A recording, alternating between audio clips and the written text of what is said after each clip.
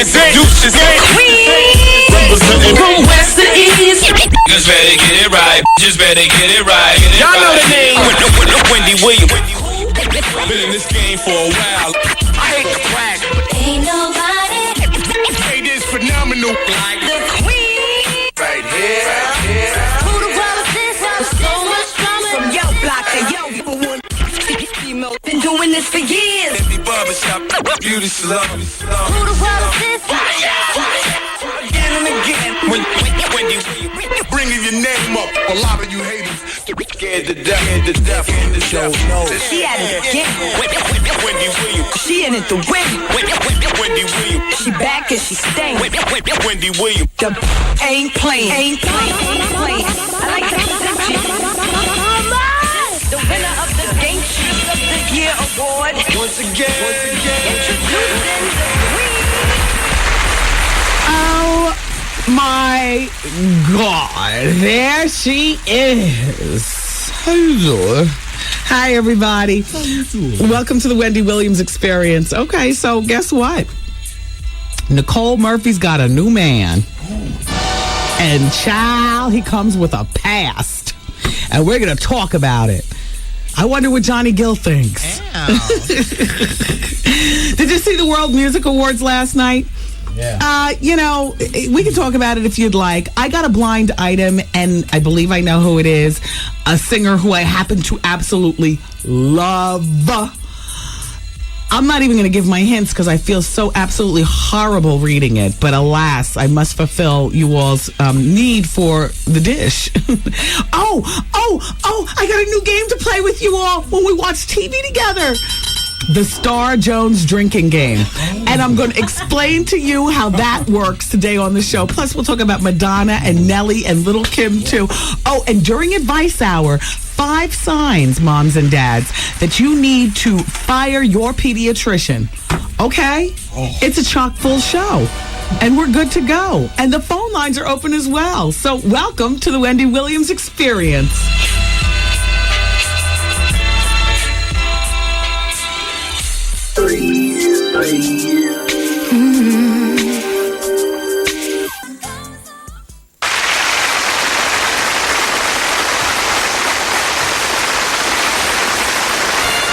Ladies and gentlemen, it is with great honor and distinction that I introduce to you the queen of all media, Wendy Williams. The queen of all queens. The boys are sharing their Princess Marcella Borghese. Hollywood, don't let him do that to you. What? Don't let him do it to you. Hollywood, I was just out of the studio. Hi, everybody. I was just out of the studio. When I came in, I witnessed something. So here they are hovering over Art's Princess Marcella Borghese, of which, he got the idea for me. Art is very metro. You know what I mean? The best stuff. He's got the Oxford blue, and he just wants to know. He's not like your average guy. You might say he's gay. The verdict is still out, but you have whatever. You have very, very gay ways. All right, gay ways. And there's nothing wrong with that. No, it's not. But I got to tell you, he's got more Princess Marcella Borghese in his house, and I've never been, but I can only guess. Every day, he's got, let me see your hand cream, please. And I'll call it hand cream because that's what a metro would call it. They don't call it lotion. All right. Splendid Manny Smoothing Hand Cream, SPF number 8. And then you, Hollywood, you have the nerve to laugh, but you're standing right over here, hovering over it. And I didn't know that's what it was. Yes, you did, because I heard him explaining. I saw a man on there. How you doing? I saw the word man on there. And another thing, Art. Yes. I got your bill with your $10 labor, and I did. Are we down to this? You told me to give you an invoice. And you did, and you invoiced me right down to damn labor? I'm sorry. You said include labor. I'm sorry. All right, take the labor out then. No, forget about it. All right, no labor. Nigga, just remember, next time you need something, I'm going to labor your ass. Sorry. Hi, everybody. How are you feeling? My pressure's up. Hello. Hey, Wendy. Hi, my name's Kenny. And just want to say at first that we love you in Carteret. Oh, well, thank you. Shout out to everybody there in Carteret. Yeah, hey, in our office, we work late till 8 o'clock, so we get to listen to the bonus hour. And you got us laughing again about Lamont Bentley mother. Oh, you know what? Wasn't that a great story? Yeah, but the way when you put on her voice. Oh yeah. Yeah, because now our whole office, a lot of the sisters are going around talking like Lamont Bentley mother the way you do it. Yeah. Hey, listen, by the way, you've got a very Mike Jones drag about your voice too. Yeah. Yes. Oh, okay. As a matter of fact, this could be Courtney the Queen. Ow. Are you Courtney? No, mine's Kenny from Carteret. Kenny. Okay, Kenny. Well, thank you for calling. Tell everybody there at the office I said, how you doing? Yeah, shout out to the VMS office. Okay, thank you. All right, bye. Bye-bye. I thought that was Courtney, but Kenny from Carteret. Okay, hello? Hey, Wendy, what's up, man? How you doing? Hi, how are you? I'm okay. Yeah, this is Mike from home. I just wanted to, I don't know if you saw the World Music Awards, but I was just wondering, are you going to get into, what was up with Usher and Paula Abdul? Okay. I have to tell you that I saw, Nicole, my assistant, called me up at 9:02 to tell me that Destiny's Child was on, and don't forget to watch it. Turned it on, saw what I needed to see, stuck around long enough. I was in and out to see Mariah Carey, and then I was out. I got to tell you something. And by the way, I stumbled upon A. Marie, who I absolutely loved, but she was not matching her microphone to the words. And so, obviously with all that dancing was the lip syncing. I happen to be one of those people who, I don't care whether people lip sync or not. If I see you on stage, I want to see more dancing than working it out. Than singing, because I can get the singing on the CD. True. But what happened with Usher and Paula Abdul? At first, I just thought it was she was sitting next to him. They showed him sitting next to her, and then he got up. And then, he won an award for Best, Album of the Year, Middle of the Year, whatever, in the world. Yes. And then he gave her a kiss, but then they showed the camera back to him, and they were, kissing again. And it wasn't a kiss on the cheek. It was like lip lock kissing. Well, Paula has had a series of failed relationships. So she's looking for love. And Usher still has something to prove to many of us. So anytime that they can show him kissing a woman, they will do that. How you doing? All right. Oh, life, I love you. I love you too, Wendy. Take care, Mom. Thank you. Bye-bye. The story about Lamont Bentley, you know him from Moesha. He played Hakeem. I told that during the bonus hour yesterday, and I apologize because, the only people that get the bonus hour are New York, New Jersey, New York tri-state area. It's an extra hour that I do. I'm on a fifth hour, which I absolutely have been begging for years. Love being here. Please don't get it twisted. I'm not being overworked. I begged for this. Finally got it. No music, just chit-chat. And we stop for one commercial break and then back to the chit-chat. Oh, it's the best. But I try not to have my guests behind you all's back. Shout out to Hartford. Shout out to Flint, Michigan. Shout out to, everybody in L.A. Shout out, to everybody in South Carolina. I try not to do... shout out to Philly. I try not to have the guests behind you all's back. And I try to recycle the bonus hour stories. But I'm telling you, it's going down. But anyway, yesterday I was talking about LaJoyce Underwood. Now, LaJoyce Underwood, by the way, if you want that bonus hour, they tell me it's not available to everybody. I say, why not? Write your local radio station, the program director who's in charge, and say, you want the bonus hour too. Why not? I'm here. We have mad fun and no music. We don't even have music beds. The bonus hour sounds like this. Just me talking. So yesterday I was telling the story about LaJoyce, about Lamont Bentley from Moesha. LaJoyce Underwood is his mom, and she was assigned as the executor of his estate when he passed away last June. Well, apparently the estate is worth $14 million. And the $14 million is being divided up between his two daughters left behind, and the daughter's mom, LaDonna, gets nothing. But she's the mom of the daughters. So Artesia, one daughter, and Brazil, another daughter, they get increments of $100,000 a month until they're 21 years old. So like I said, they're 11 and 9 right now. Apparently, these checks are given to the girls, mailed to them via the firm that he used to deal with, Smith Barney. All right. Smith Barney Also, I guess unbeknownst to her, keeps tabs on everything else, like her American Express card. So here she goes. Oh, by the way, none of this money is supposed to be used to benefit LaDonna Fredericks, the baby's mother. So here she goes into the South Carolina dealership last Friday trying to purchase a $58,000 Escalade SUV. And she attempted to put the down payment on her credit card, and she was informed that the charge was denied. It turns out the credit card was American Express, and it was issued to her by Lamont before his death. And at Lamont's request, and unbeknownst to her, he made arrangements that the card was being monitored by Smith Barney. So when she went to purchase the Escalade, she was rejected. Because Lamont made sure that she was driving in high style. She drives a Ford Explorer. May of 2004, it was given to her. And this is what LaJoyce, her mother, says about, LaDonna and trying to do this. Lamont worked too. Oh, this is the voice that what was his name? Kenny from Carteret was saying. Lamont worked too hard to throw money away like that. LaDonna's car is only but a year old. Look at her, wanting a new car. And that's a direct quote. It's just that I did the part. You'll notice most of the people that I imitate, if it's a black and it's a woman, for some reason, they always have to sound like Mary Bethune-Cookman or Miss Jane Pittman. I don't know why. Harriet Tubman. Why is that? Because all we have on the radio is the microphone, and I'm trying to make the funny. Look, just look at it as entertainment, but that's a true quote. There she goes with her jump offs, because she's got men at this point, or a man, Mr. Pete down the street, or Mr. Steve, get off my mommy, like that.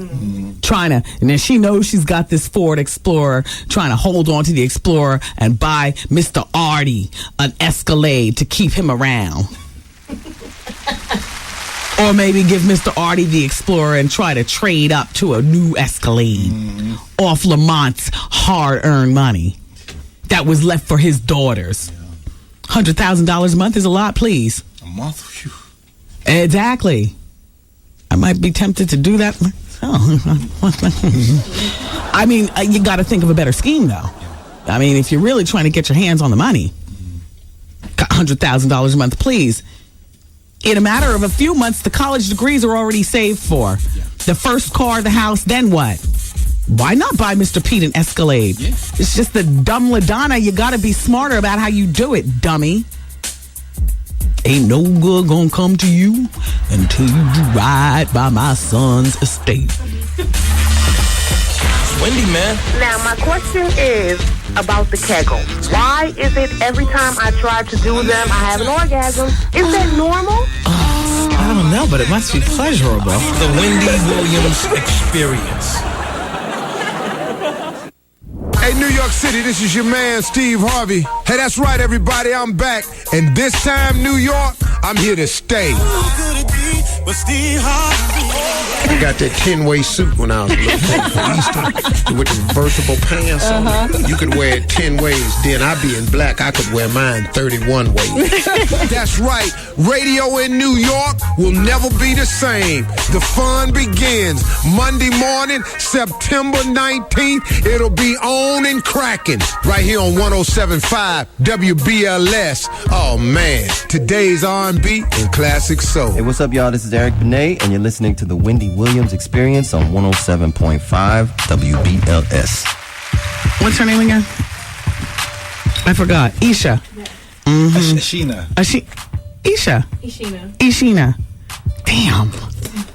When we were just talking about medication, she just looked like, then I guess I won't be telling. Yeah, exactly. Not at all. Are you on meds? No, I'm not. Okay. You gave me the judgmental look. No, I mean, I was just thinking about you saying, you don't like to hear people bipolar, like that whole thing with Robin Williams and him. Yeah, but I don't have to work with Robin Williams. Oh, yeah, true, indeed. Like I've worked with people that are on, medications to keep their mood in check. And I also know people that aren't my personal friends, but that, like that. And, No, it's like, it's good that you're stable, but it's kind of like, that you need all this. Well, I mean, debatable. Yeah. But, I think that life is hard. Definitely. And some people need help to deal with it, and it's great that the help is available. Anyway. Listen, everybody, speaking of meds, in Brooklyn this weekend, you can join Bob Lee. He's going to be at New York Health and Hospital Corps' free health screening. It's free, and it's on Saturday, and you get to meet Bob Lee. Why not? It's from noon to 2 p.m. at Cumberland Hospital. Do you know where that is? It's Cumberland Hospital. Okay. It's at Northport Avenue between Park and Auburn. And then on Sunday, the same kind of deal. It's still health and New York Health and Hospital Corps free health screening. But on Sunday from 1 p.m. to 3 p.m., they're going to be over at Coney Island Hospital, Marlborough Avenue X and West 11th Street. Look, it's free and it's about your health. Why not? Why not? Do I have anything else during this break? No. Boy, I gotta go to the bathroom. We'll be back. Vaughn Harper, don't forget, comes up at 7 o'clock with the with the Vaughn Harper experience. What's going on tonight? Oh my gosh, that's right. Yes. Yeah, the Laugh Factory. Well, Art must have a good routine worked up. Well, the WBLS sales department is going to be there, so I got something just for you guys. Oh, you're going to break them down? I got to break them down. Without the guidelines of being in the workplace. Exactly. Make sure to take an extra sip before you're getting up there. Yes, ma'am. Excellent. All right, everybody. So I'll see you at the Laugh Factory tonight. Listen, the doors open up at 8 o'clock. The comedy starts, it's Negroidian, between like 9 and 9:15. It's loose, it is what it is, the comedy starts. But I'll tell you what, you're guaranteed to laugh, and you're guaranteed to have fun. And if you're not careful, you'll become addicted to every Wednesday night. You'll be there every single Wednesday, which I would like, but it might get in the way of the rest of your life. But it's the Laugh Factory. We're doing it for a year strong now. Every Wednesday night, it's packed like that. The drinks are delicious. We have plates of food in the back. The Negroidian buffet. And so, come hungry, get ready to laugh. Shout out to Capone, the gangster of comedy. Special shout out to Artie, Life of the Party, who, a year ago, Art started out as just the person who went up there and introduced me. Now Art actually does an actual routine. But if you get there late, then you miss Artie's routine. And then when Art introduces me, I don't do a routine because my routine is 5 hours every day. There you go. So usually I'm only up there for about a minute or two, and I say, hello, how you doing? Thanks for being here, yada, yada. Go to the website. Thank you for supporting the radio show. And now let me introduce to you the host for the evening. And shout out to Ken Black. And I bring in Ken Black, or Capone, because if Capone's late, then, Ken Black comes up. And shout out to Ken Black. Ken Black, no more hearts and violins. You leaning against the outside of the comedy club, taking long drags off your cigarette, thinking nobody don't love you. In the Jane Pittman voice. Art comes out of the club just to take a breather. Or to run across to the Dwayne Reed and get some condoms. I don't know which. And he sees Ken, this is last week. Ken's outside leaning against the building, smoking a cigarette.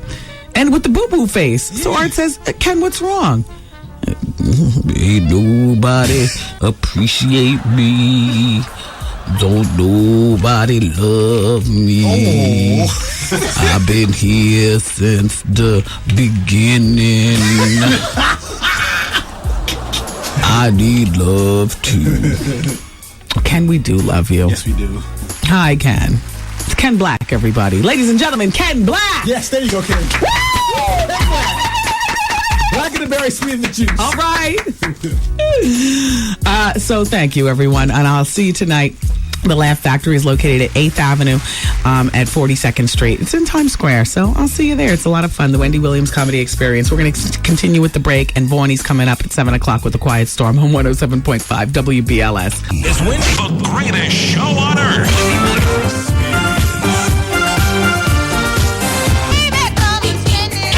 Yo, did you catch this flashback? I remember back when I was in high school, back in the back of the magazine, High Times, they used to have this joint roller. I got me a P.O. box over there at the Ocean Township Post Office. I ordered it. Wow. Step by step, huh? This is before I knew what I was doing. You know what I mean? As a matter of fact, that wasn't even high school. That was 8th grade. Got it. This it right here. Miss a day, miss a whole lot. Coming through your speakers, boy. It's Wendy, man. Hey, Hooker. Thanks for being here today. So here's a fax from Q who says, Wendy, Lamont Bentley definitely handled his BI. All these young entertainers need to contact Lamont's mom and tighten up their funds. Exactly. And kudos. What does it say? And kudos, LB. Oh, Lamont Bentley. And his daughters. You never know when the last days will be coming. Exactly, Q. Aren't we living in our last days? All the doom and gloom going on out here. Look at celebrity spotting Beyonce and her mother at a place that we can all shop at, Pier 1 Imports. I love when celebrities shop regular because we all know that they shop Stella McCartney and we all know that they shop Neiman Marcus when there's no sales. But when they shop regular like us, I just love that. Anyway, so it says, hi, Wendy. I want to tell you about a celebrity spotting. Yesterday, I saw Beyonce and her mother, Tina. Me and my friend were at Pier 1 Imports on 15th Street and 5th Avenue. That's in Manhattan. Around 5:45 or 6 o'clock, and they walked in, just the two of them, no bodyguards. And they kind of looked around a bit. Now, mind you, everybody, in case you're not onto it, the World Music Awards were taped. That's why they weren't overseas. They looked around a bit, and they were in the store for less than 5 minutes. The store wasn't packed. About 3 people noticed who they were, but nobody approached them. We were all just luxuriating in Beyonce's presence. Well, I did. Beyonce looked fabulous, Wendy. She had on a white sleeveless belted shirt jacket and some khaki capri linen pants and some nice stilettos. And she was wearing a pair of shades, and her hair was bone straight, and her makeup was down. Very simple. And as for her mother, Tina, well, Tina needs an appointment for a lip wax ASAP. She looked a hot mess. Oh. Well, that's it, Wendy. P.S. You're a friend in my head. I've been rolling with you since Cheetah. Yeah. I miss those Friday nights. That's from Chantel. Yeah, there's this place in Manhattan I used to be at every Friday night. Wouldn't have to get there till like 1 o'clock in the morning. Fall out the door, skunk drunk about 4 o'clock in the morning. Have the best time. Every Friday night. And that lasted for a good year. Yeah, no, and AJ, ironically enough, from 106 and Park, was my boss. You know, that was AJ's night at the club. And so he hired me to be there. Hey, AJ, them were the days. Anyway, everybody, who wants to learn the Star Jones drinking game? Oh. Okay, turn off the music. I want to be sure that everybody understands. Oh, no, that's good, Art. Go.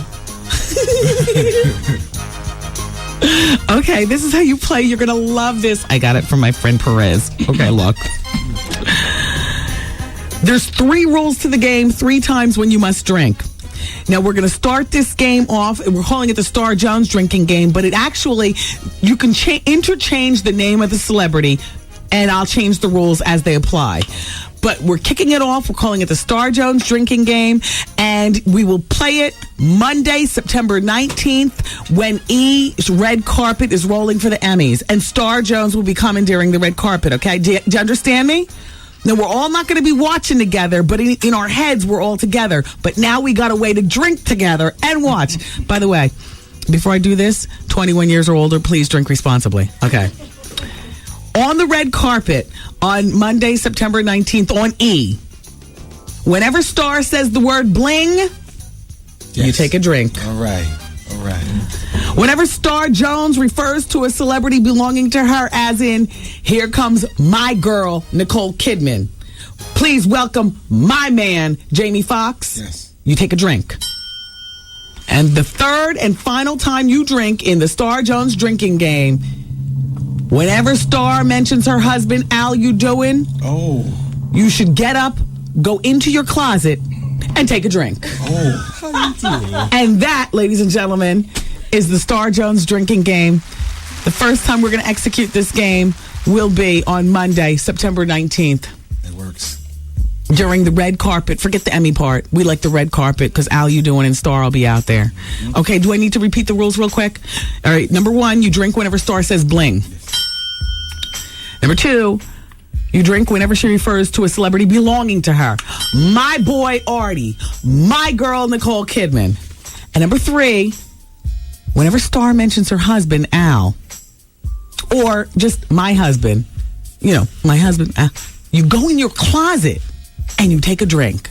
And then you come back out and sit on your perch. Do you love it? The red carpet is only like 2 hours or maybe an hour and a half. I swear we're all going to be bombed by the end. Because, Star is very middle America in terms of her use of bling. Like many of us have put it where? Back there. You know what I mean? But, and then everybody's my boy, my girl. And then Al, So we're going to have fun on Emmy night. Please don't forget the rules to the Star Jones drinking game. And please, these rules apply beginning Monday, September 19th on E! When Kathy Griffin and Carson Kressley will be out there, too, from Queer Eye. But and then we're going to change the rules depending on the celebrity in the show. Nah, man. Tonight, by the way, at 7:30 Eastern Time, there's a screening of All Access Little Kim in the Pink Room. Oh. Yeah, I'll still be here because, the doors open up at the Comedy Club at 8 o'clock. So I'm usually looking for something to do, and I don't like to do anything. I sit in the office and watch TV or lay on the couch. Tonight, I'm watching All Access Little Kim. They're doing the video, Welcome to Brooklyn. Yup. Little Kim's video tonight on BET, and then we can talk about that, tomorrow or something like that, if you would like. Listen, Advice Hour is coming up. Oh my gosh, Nicole Murphy and the new man. What did that time sign just say, Goose? 2. You got about a minute 45. Damn, not enough to get into it. You're just gonna have to wait for the hour of truth. I'm sorry. Oh. Yeah, well, I'm sorry. Can I just give you a headliner? Please. Yeah. Pictures enclosed. Look. Wow, okay. It's going down. It is. That is nobody's friend. No. Okay? Yep. Now. We'll talk. But coming up next hour is Advice Hour, and I've got parents. There are 5 signs, according to one of my magazines, 5 signs that you need to fire your pediatrician. And I like the 5 signs, so I'm passing them along to you. Also, the results of the Wendy Williams People Poll question, which I can give you right now. Is your relationship driven primarily by sex? 75% of the audience said yes. Oh. And 25% actually have more things in common than just great sex.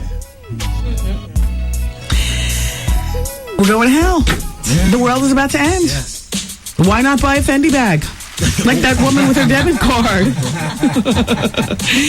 New People Poll question. Have you ever been caught cheating by your lover, person, whatever? You ever been caught out there?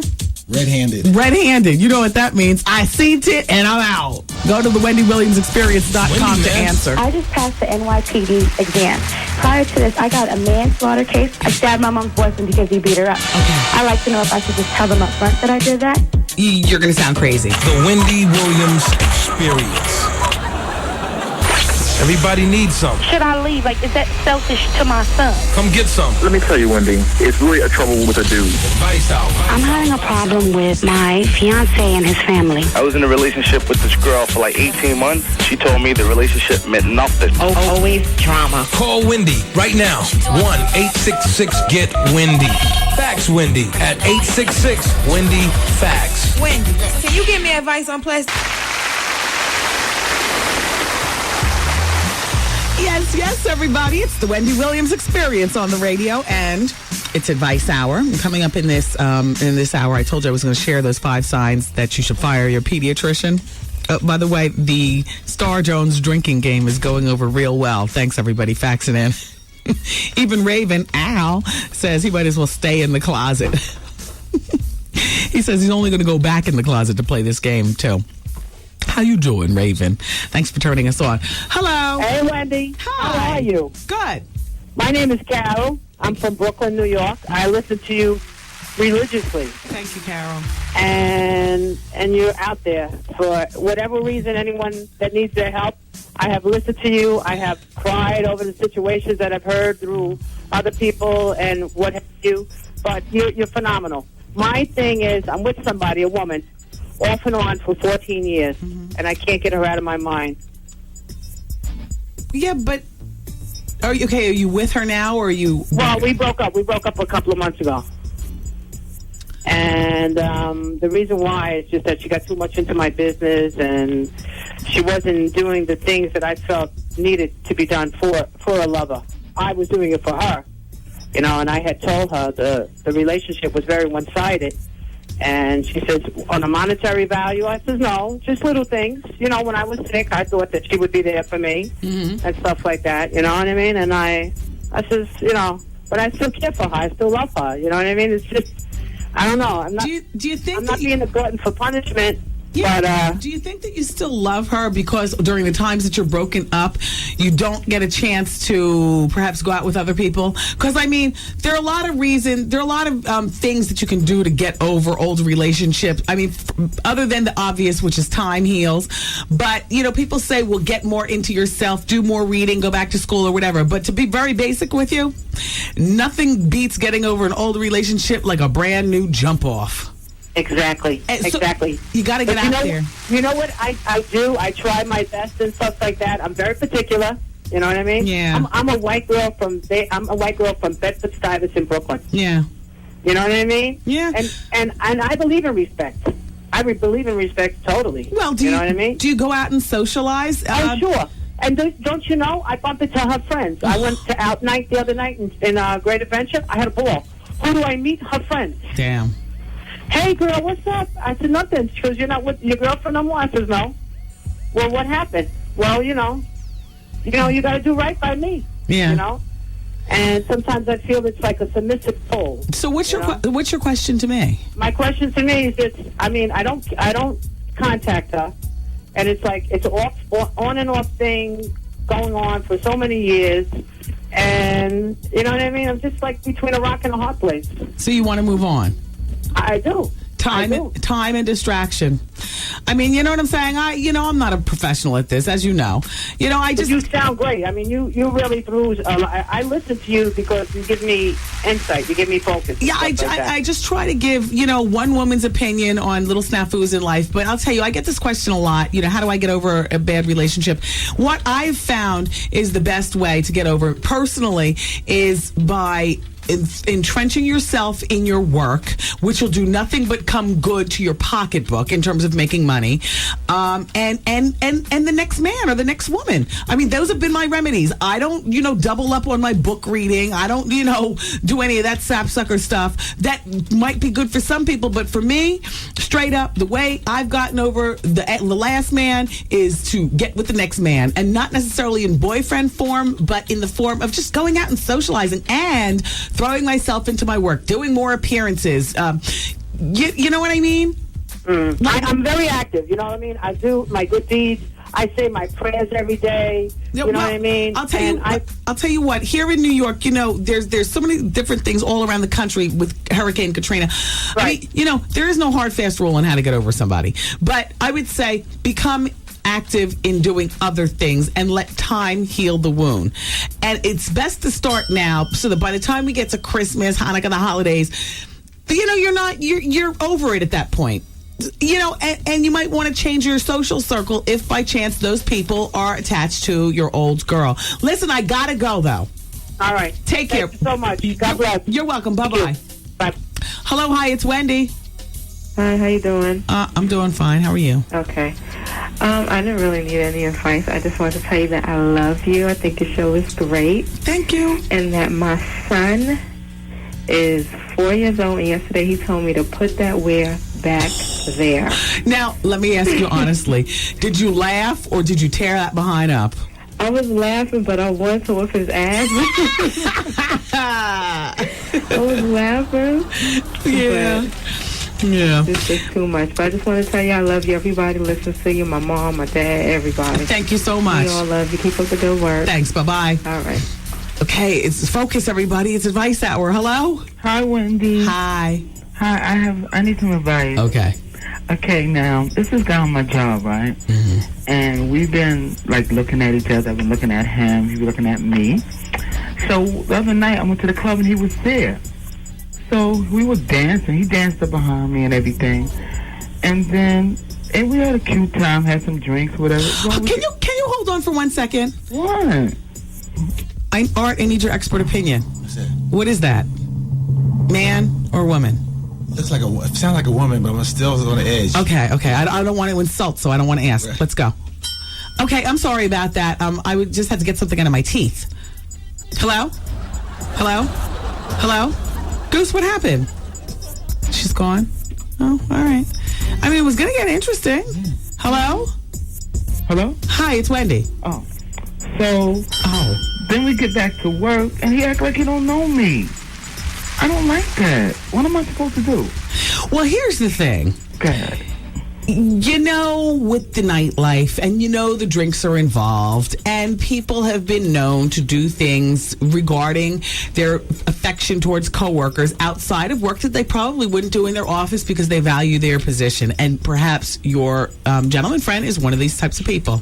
So what do? You do nothing. You can't press it. If he doesn't want to be involved in workplace, then fine. Maybe you need I don't want him to be involved. He don't even say hello. I mean, we got hot, down, and dirty. I mean, just say what's up. Keep it moving. Okay. I got to ask you a question. Are you a man or a woman? I'm a butch queen. Okay. You know what that is, right? Yeah, that would be a man. Go ahead. Who is a femme queen is a man who's feminine. Right. A butch queen is somebody that dress up in thug gear, but he's kind of down, baby. Right. Okay. Gotcha, butch queen. And now what category does your gentleman friend fit into? He's just a regular guy, but he's cute down. Do you want to know something? What?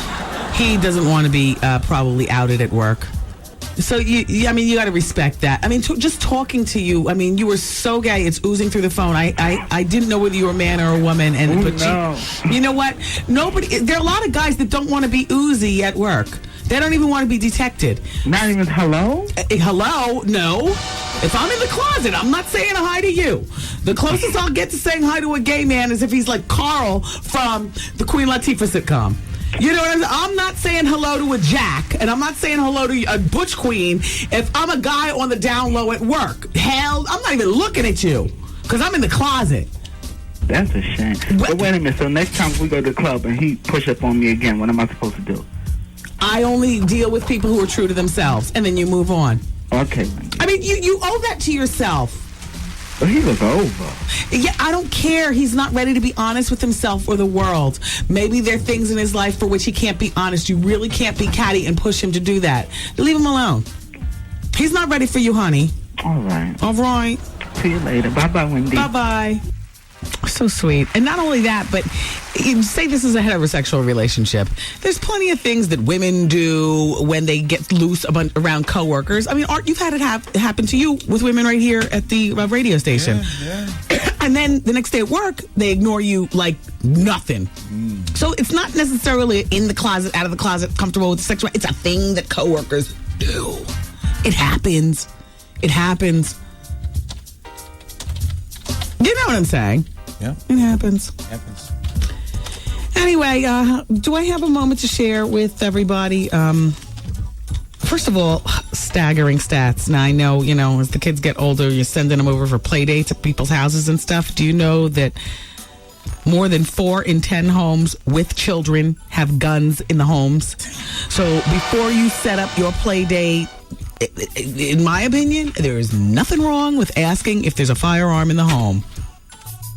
I was thinking about it on my way to work because I was reading my children's magazine, Child's Life or whatever the hell it's called. Anyway, I was thinking if a parent asked us, do we have a gun, would I be offended? Absolutely not. Because you know what? I want to know the same thing also. And if you have one, I want to know not necessarily where you keep it, because I'm not trying to be all in like that, and I would feel violated if you asked me where.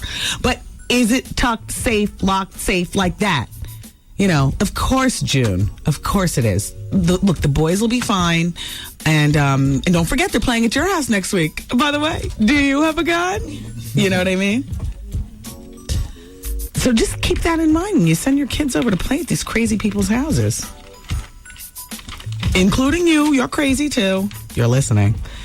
Hey, 5 signs that you need to fire your pediatrician. This comes from my same magazine.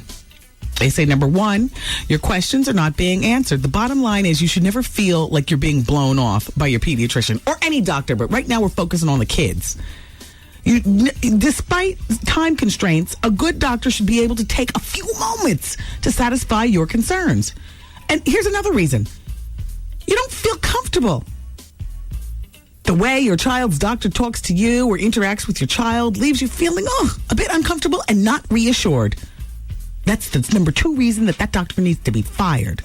Number 3, you can't reach your doctor on call.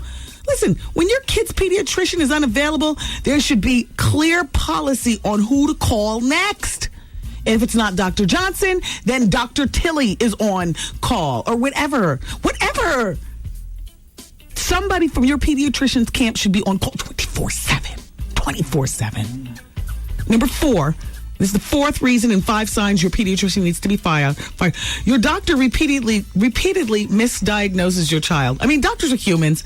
So, a wrong diagnosis, you get a second opinion, depending on what it is. You know what I mean? It's not eczema, it's psoriasis. Okay. But that repeat mess, fire. And number 5, your child is ready for a change. Older kids may decide that they feel more comfortable seeing maybe a pediatrician, for instance, of their own gender, their own color. You understand? A 13-year-old, nuts already loosened and swinging down low.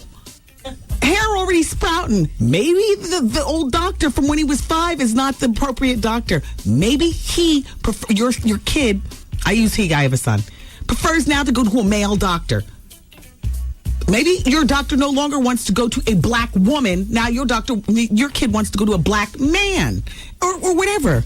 If you're Jewish, maybe your kid now wants to go to a male Jewish. You understand what I'm saying? You get the picture.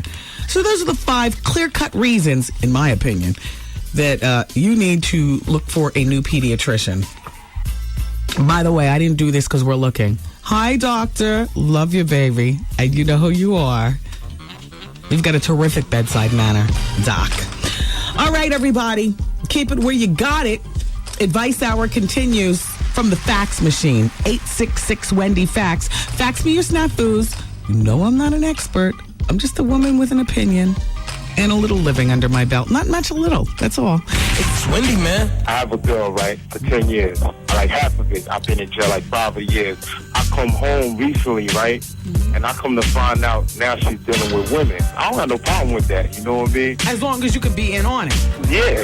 The Wendy Williams Experience. Ask your dermatologist if prescription Botox therapy is right for you. See our ad in All You magazine. Can I get in on this? Go to Botox.com or Exactly. call 1-800-BOTOX-MD today. Help get severe underarm sweating under control with Botox. I got to tell you something. The underarm sweating, the private part sweating, the soles of the feet sweating.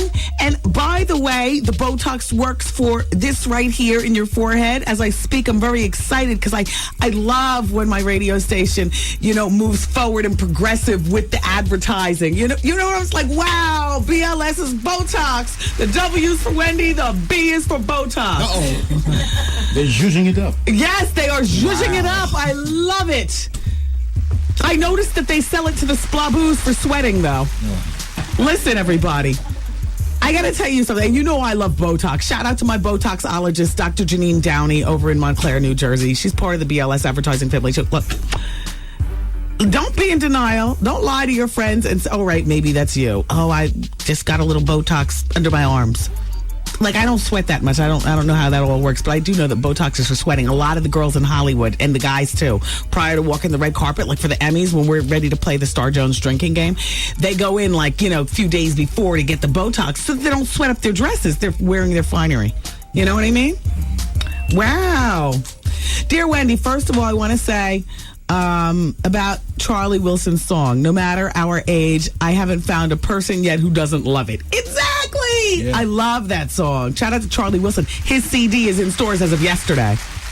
And it's called First Name Charlie, Last Name Wilson. Love the song. I love him. He's a friend to the show. Yeah. He's a real cool, and he's real nice looking too, still.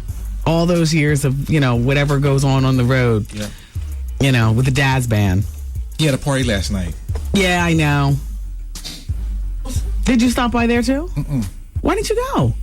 Well, after I left the Cavassier, I just went on home. Why did you go home? Because I had to get ready for the Laugh Factory. I had to get my beauty rest. So what time did you leave the Kavasi? What time did you cross your threshold? Man, like 11:30. Oh, Gap Band. I'm sorry. What did I say? Jazz Band? R. Kelly was at Charlie Wilson's album release. R. Kelly was there. Mm-hmm. Art, honest to goodness, when I invited you when you were an intern for the morning show that I was on in Philly to be a part of the whole Wendy Williams experience, I'm going back to New York. I want you to ride with me. You're a single guy. You can really take in the nightlife, whereas things are a little different with me now. I'm taking a line from Rick James to Tina Marie. Get a little older, got a baby. I can't run the streets the way I used to. And here I'm thinking that you're already late for the party. And how did you tell me? New York, big city of dreams. And I'm thinking you're going to be out all night long, like from one party to the other, but you're really not that kind of guy. And it kind of breaks my heart. I don't know why. This is the first thing right here. I got to be ready for this. I can't get caught up in the other stuff. Do you know I used to get caught up in the other stuff and still be ready for my show while navigating trips in and out of the bathroom? It's called multitasking. No, it's not, because you can be here right before your shift. I have to be there early to prepare. I'm here at 9. You can be here at 1:50. And I do get here at 1:55. Yes, me and Trevor here in the morning preparing for your 1:50 arrival. Doesn't matter. You could... Oh, this just in from the production coordinator's desk. Dear listeners, can you please vote for the top moments of the Wendy Williams Experience radio program for 2005 as I am preparing a best of moments show to round out the year? Signed, Trev Hollywood. It's like a countdown show. Wow. Okay, so there's so many of them. China. Yeah. Right? Like MTV do their countdowns. We're going to have our own countdown. Yeah, of the best moments. Shut up. That's great. Yeah. Are we going to be here that day, or is that going to be like a show that we can be home and listening? Or are you going to introduce it while you're... What are you, fishing for a day off? Well, just for that, no, we're going to be here. Oh, okay. And I'm going to narrate it, and we're going to sit here and do live laughter with drinks. Oh, there you go. Okay. That works. So everybody, how do they vote? They can vote by the fax machine.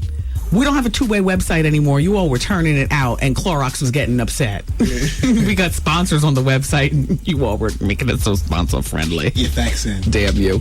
All right, you know what? Fax in your best moments. We're going to keep them all together, tally them up, and give them to Trev Hollywood.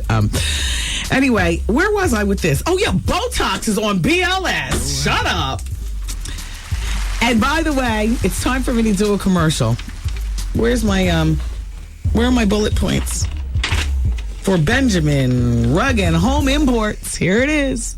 20 Meadowlands Parkway in Secaucus, New Jersey. I got to tell you something. Susie Cohen and her husband, they really got quite the business here. This place, it's called, and I got a telephone number and address for you too, but it's in Secaucus, New Jersey. It's brand new. Benjamin Rug and Home Imports. 20 Secaucus Parkway.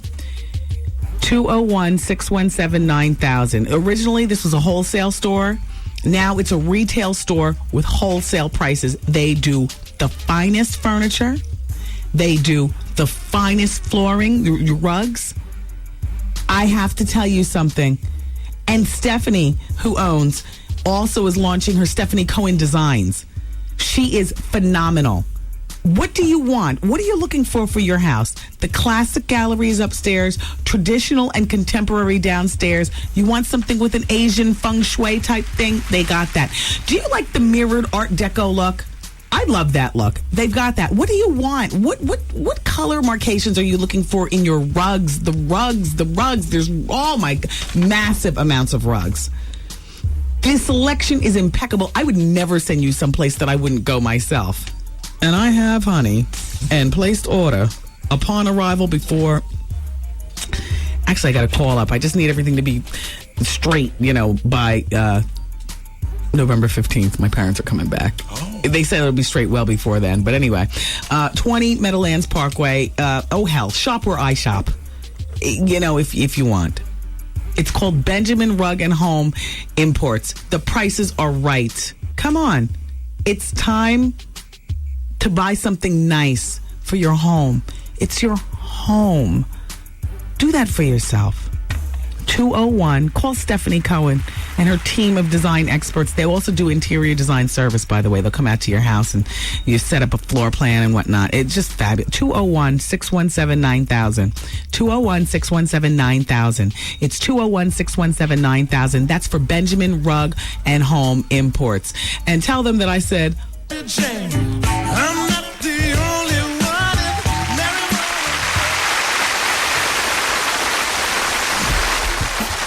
Alrighty. It's still Advice Hour here on the Wendy Williams Experience. If you're just turning us on, hello, how are you? All right, so first of all, I wanted to turn you guys on to one of the next books I'll be reading. It's called Juicy. And I'm sure you've heard about the book already. If you haven't, it's by Jessica Canseco. Yes, the former wife of Jose Canseco. It's called Juicy. She's on the cover looking like a Barbie doll. Cute, youthful, well-appointed. The obligatory breast implants, the whole bit. It's called Juicy, Confessions of a Former Baseball Wife by Jessica Canseco. And inside it says, when 19-year-old Hooters trainee Jessica Seckley met Jose Canseco, one of the most famous baseball players of his time, she falls in love with the slugger and everything about him. He is larger than life. Sidebar, he's a good-looking man. I can't get with the lipstick thing and all that stuff that he does there on Surreal Life, but he's a good-looking man. Anyway, she says, he's larger than life, from his bulging muscles and his multi-million-dollar contract to his huge homes and hot cars. He is as handsome a man as she's ever seen, but his sprawling house in Florida became her gilded cage when Jose is on the road, hitting home runs and betting women in American League cities from Anaheim to Boston. Jessica blames herself, and she did everything she could to be faithful, to keep Jose faithful. Nose jobs, 2 breast implants, and even going as far as to bringing another woman into their home for a threesome. But it was never enough. It was never enough. Through it all, she breaks through the icy stares of the wives and the girlfriends of Jose's teammates and learns the honor code of the baseball sorority, which is, if you see a baseball player with another woman, you keep your mouth shut. While Jose authored Juiced, the #1 New York Times bestseller about steroids in baseball, he seemed content on self-destruction. Jessica willingly went along for the ride. Their turbulent relationship careens from steroids to pregnancy, from marriage to birth of their precious baby daughter, from private detectives to divorce attorneys with black eyes. Woo! To a split lip. I'm reading this book. Once again, it's called Juicy, Confessions of a Former Baseball Wife. And it's by Jessica Canseco. And I got to tell you, this sounds a lot like Home Court Advantage by Rita Ewing. That book told all the behind the scenes of basketball. I'm interested in this book, definitely. Thank you, Jessica. Thank you, Jessica's book label. Who is she with? Reagan Books, HarperCollins. Thank you so much for sending that one over. How did you know I would be interested? Love to talk to her, too. Dear Wendy, this is still Advice Hour, by the way. Dear Wendy, first of all, I enjoy the show. But anyway, for the past 5 years, we've had problems in our relationship. But now, it's like a lot more has to change. I love him very much, and he's the first man I've ever been with and shared my life with. We have 2 children together. My question to you is, what can I do to change my way of thinking? I accuse him hold on.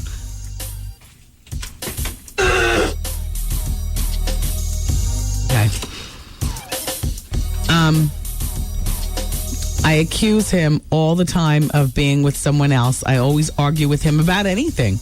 He shows me love and he is always there for me, but I don't want my relationship to end. So what can I do to change my way of thinking? Sincerely, Precious.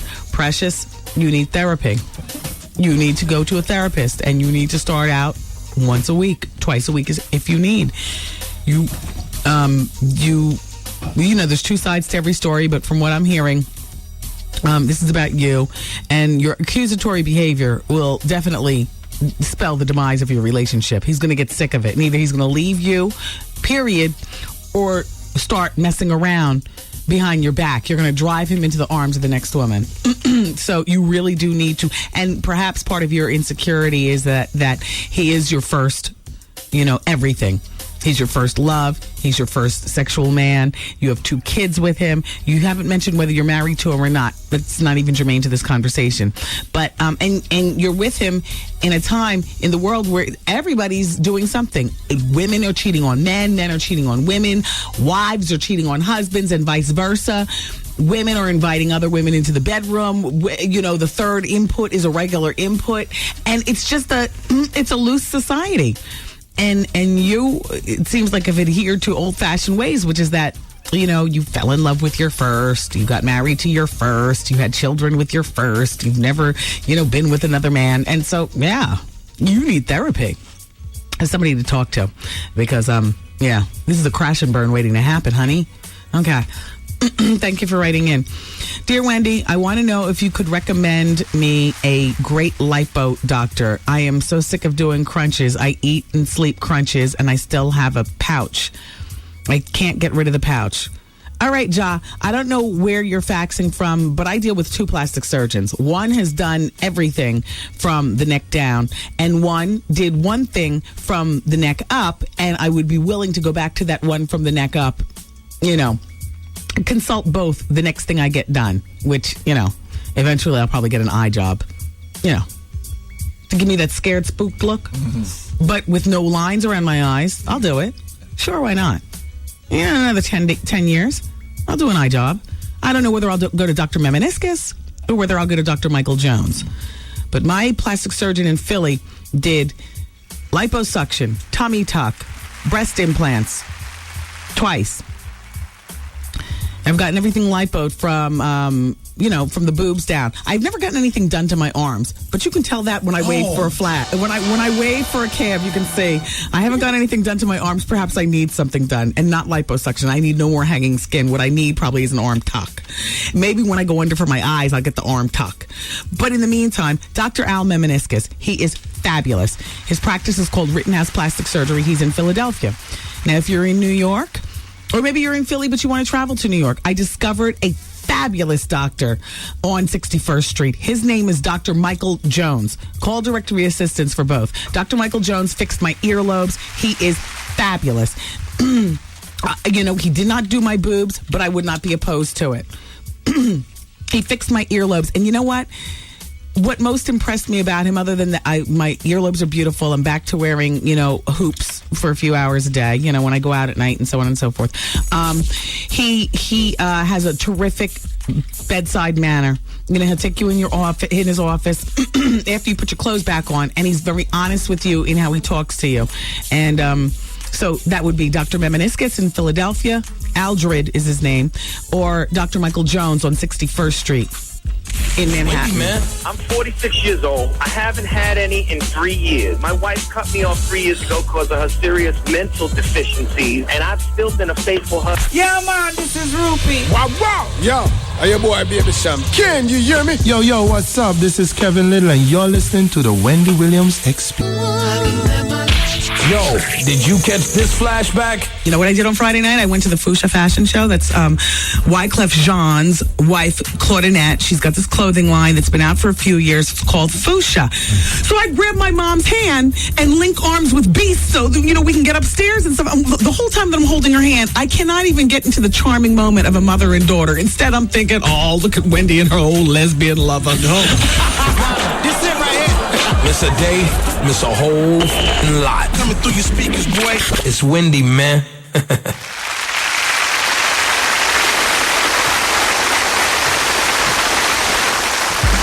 I was shoe shopping on the web with Artie, and we just got up to the fetish shoes that start at 6 inches.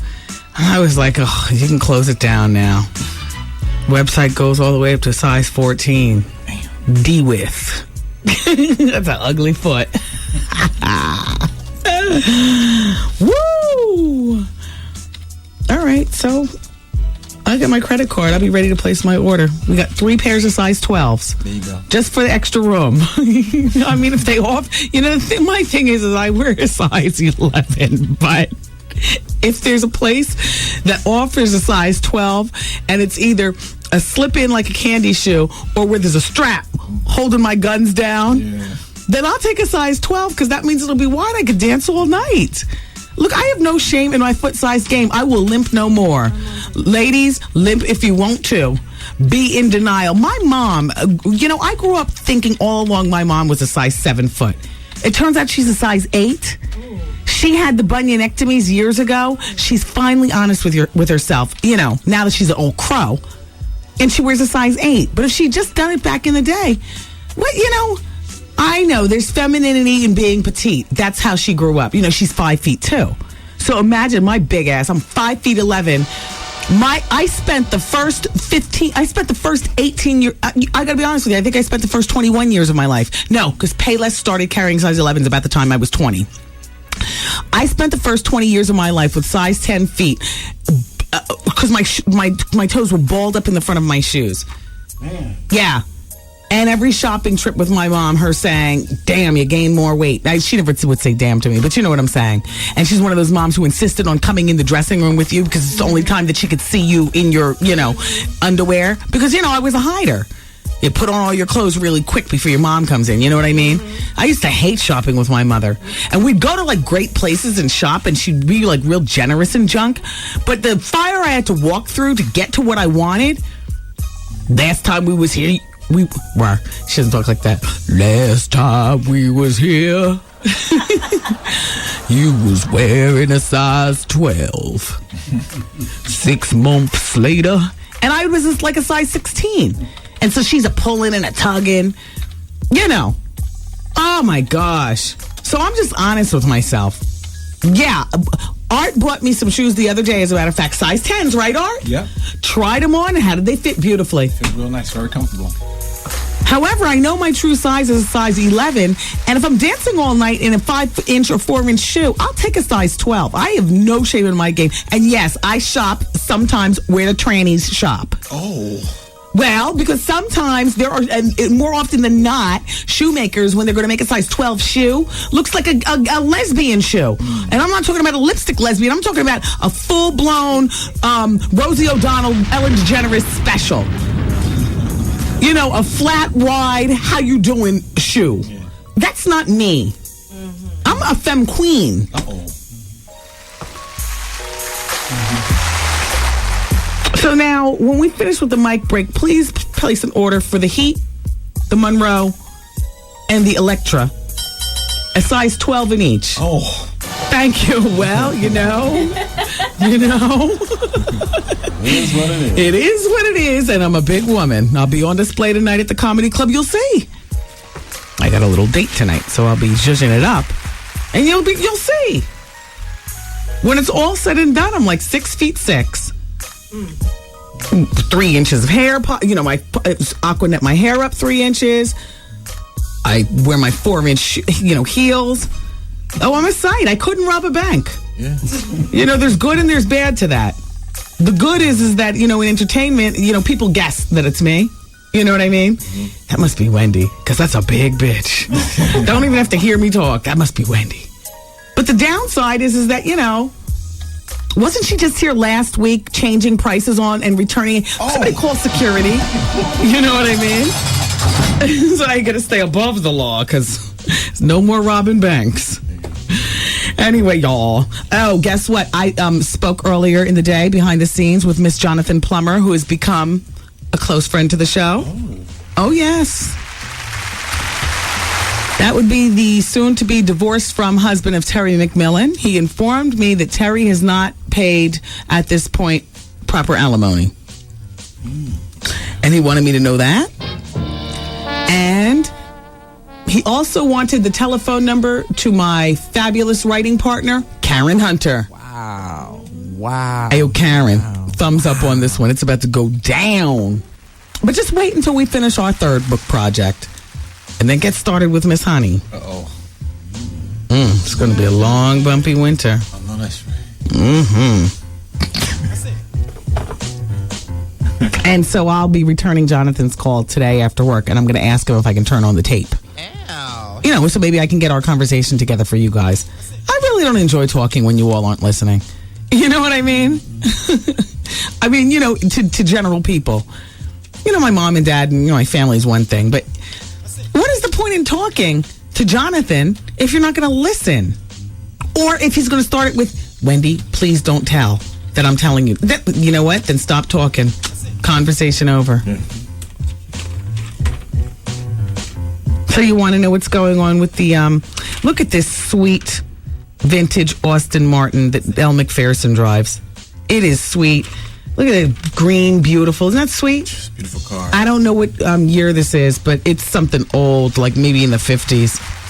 Me and Art, we were walking in Manhattan the other day. We saw that vintage Mercedes. Remember how cool that guy looked, the top down? That is like my dream car, to have a sweet, vintage, high-end car. Whether it's an Aston Martin, Mercedes, or something like that. Just sweet, vintage, candy apple red, convertible, room for only 2 seats. One seat is for me to drive, and the other one is for my handbag. There you go. Not my son, not my husband, not my girls, nobody. Not the groceries, not Targets, just drive around in. Big shades on. With big shades. They're a lot of upkeep, though. If you want to keep them sweet the way you get them. That is my dream, though. That is my absolute dream car. A sweet ass paint job on a sweet, with the silicone painted on the tires and stuff. Just sweet. Sweet. Would love that. So Oprah is adopting like the full family situation at this point, which I love about her. She really does know how to make it pop. Well, she's got the money too. Excuse me. I don't know what that is. We're like in between air conditioning season and not. Do you find that you're a little kaflemmed when you wake up in the morning? What? They're doing work out there, so all of the, there's fumes, stuff in the air now. Yeah, but I don't see anything misty over my eye lenses. No, you won't see it. You won't see it. What is it, asbestos? Because it's going into asbestos is out there too. I don't want to see it. Asbestos? You gotta be kidding me. Yeah, because it helps with the soundproofing. What? I've spent damn near the last 20 years of my life from radio station to radio station surrounded by asbestos. They all got it. But it's not in the atmosphere. It's not in the air. What are you saying it's not in the atmosphere? We're cutting and putting up security doors and whatnot. Mm-hmm. Finally, we're getting secure around here. Steve Harvey's scared somebody's going to run up here with a damn gat. We got mad security cameras going up. All along, we've all been so vulnerable. You know what I mean? Mm-hmm. Asbestos everywhere. And now Steve wants, things cut and done right. So, fine. If that's what it takes, then fine. Now we're going to finally be secured around the joint. But in the cutting, this asbestos is getting in the air? No, you see, it helps with the soundproofing. It's all part of the... It's calm about it. I don't want soundproofing, Goose. Yeah. But you want to sound good, right? She does anyway. I don't really care. It is what it is at this point. The listeners understand. There's 25 soundproof checkers missing off the ceiling. So how are you explaining that? Somebody stole the asbestos. That's what I'm saying. Trying to off that wife for no alimony.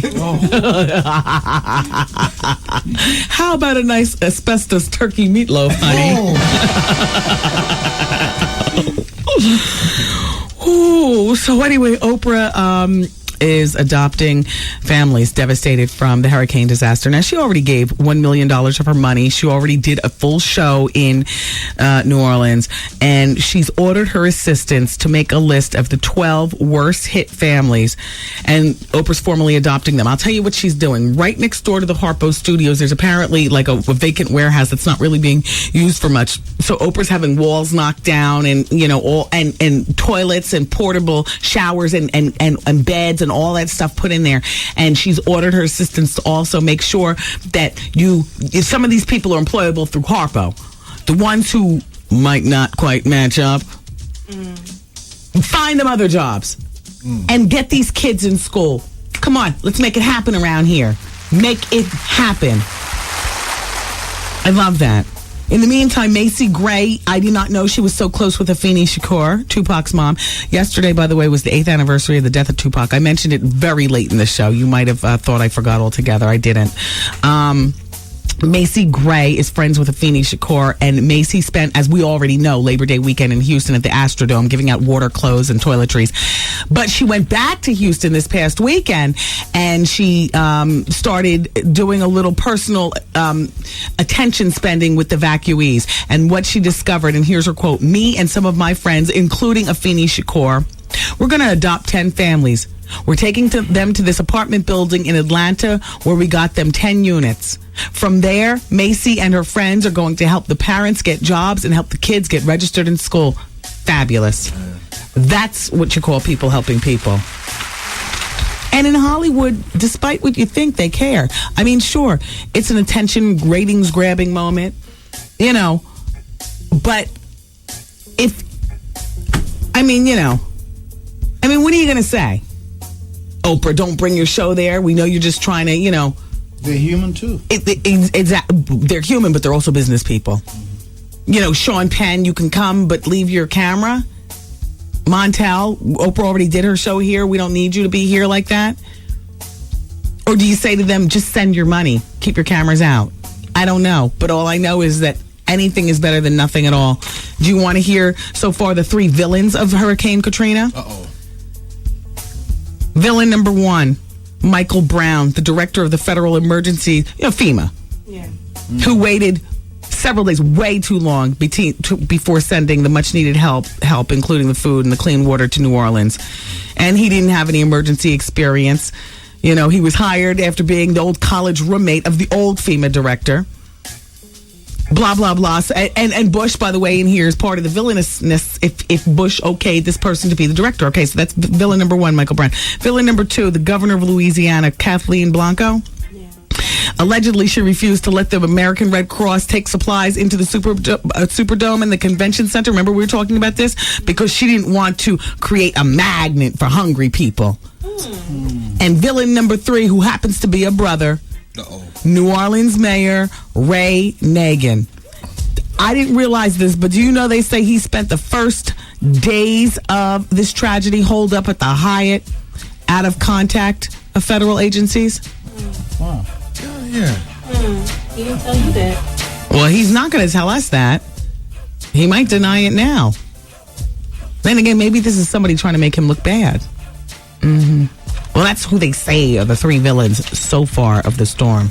All right, you all, keep it here. We got to talk about Nicole Murphy. What kind of time do I have, Goose? You got about 45 seconds. 45 seconds. All right, in this 45 seconds, I can let you know that Trev Hollywood, the director of production here on the Wendy Williams Experience, is composing for our New Year's Eve show, or a show close around that time, to round out 2005. The best moments of the Wendy Williams Experience of 2005. I've gotten votes for Vivica Fox. I've gotten votes for...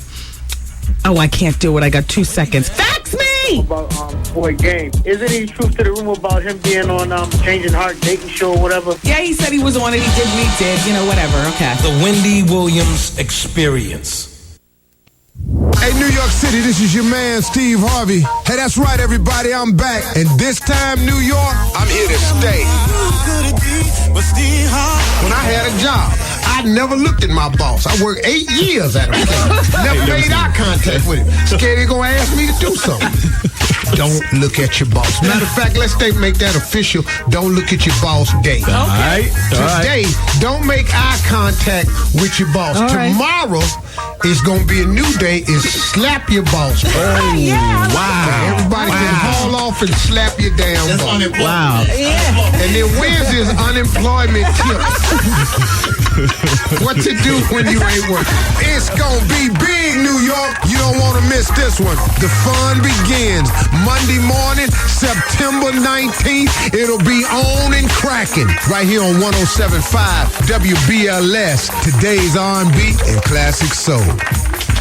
Oh, and the Wendy Williams Experience. A big shout out to Mocha. Mocha's been looking around for Diane von Furstenberg dresses. She says she went to Bloomie's and Macy's and couldn't find them. Mocha, she's got a boutique downtown in the Meatpacking District. So just call directory assistance for DVF, please. And happy shopping. Shout out to Carleaf Boyd of Bayshore, Long Island. Carleaf was our grand prize winner for our Sesame Street Live Beach Seats gift pack, which includes a pre-show meet and greet on Saturday for Grover and the whole Sesame Street Live cast, the whole gang. So congratulations, Carleaf. And thank you so much for listening to our radio station. Make sure you continue listening, because in case you haven't heard, the Steve Harvey Morning Show hits the building running beginning September 19th. And I'm really looking forward to that too. Shout out to everybody listening to us this afternoon at Yeshiva University. Christina's over there holding it down. Thank you, Christina. She says she and her sister, Vina, noticed that Star's husband Al has shoulder length braids. Is Al wearing braids now? Al, you doing? Is he? She says, Wendy, come on. They're clearly extensions. Why? I have no issue with homosexuality. You know me. How you doing?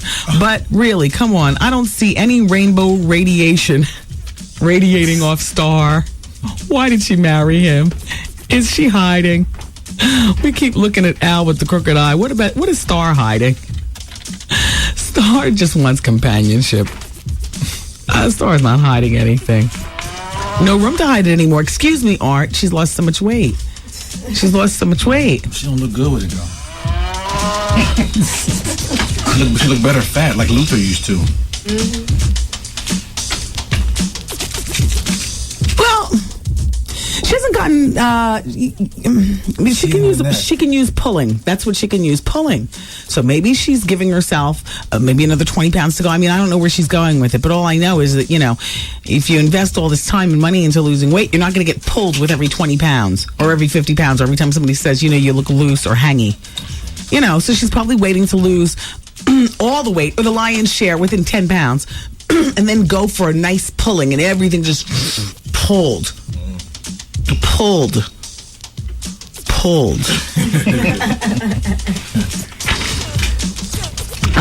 Dear Wendy, how you doing? I just wanted to drop you a line to let you know I'm glad to be listening to you at work. You tell Artie he's slipping on the party scene. Now look, Wendy, I'm 30 and I'm single and ready to mingle. I have no kids, so pretty much I try to stay in the streets. I'm looking to move to the New York area. If I could work with you, I would love to.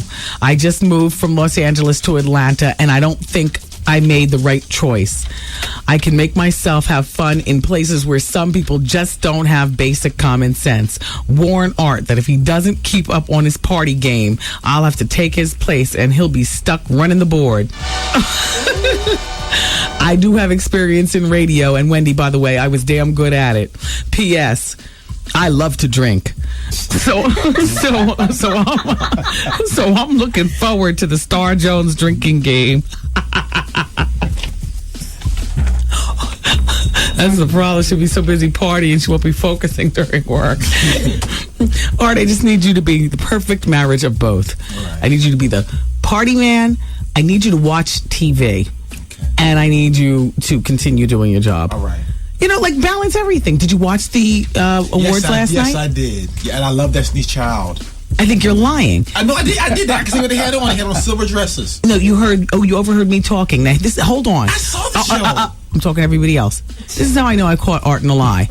Because I couldn't go to a Cavassier party last night, and so I sent Artie and some of the girls. And so last night you were at the Cavassier party. How did you see Destiny's Child? Because I T-voted. Thank you. Oh. How you doing? How you doing? Easy. Did you see Usher and Paula Abdul kiss? I didn't see that part, but I saw Usher give what's his name, a lap dance to the Destiny Child with Babyface, the whole sing-song thing. And A-Marie was wonderful too. A-Marie was good. She was good. Did you notice how she was missing her marks? Like there was singing going on. She was doing the Ashley Simpson. Yeah. I don't even care though. Is that bother you? No, because she was performing. That's what I'm saying. People get all caught up in that. So what? She was up there dancing her ass off. A-Marie, you look great. And you're one of the few singers that hasn't succumbed to dyeing her hair to look like Beyonce. Or a nose job. She looks very good. Or a nose job. Well, they say she's gotten a nose job. I don't notice anything. I got to tell you something. The same A-Marie that is there now, unless it's just so tasteful, you need to sue the doctor for your money back because he didn't do enough.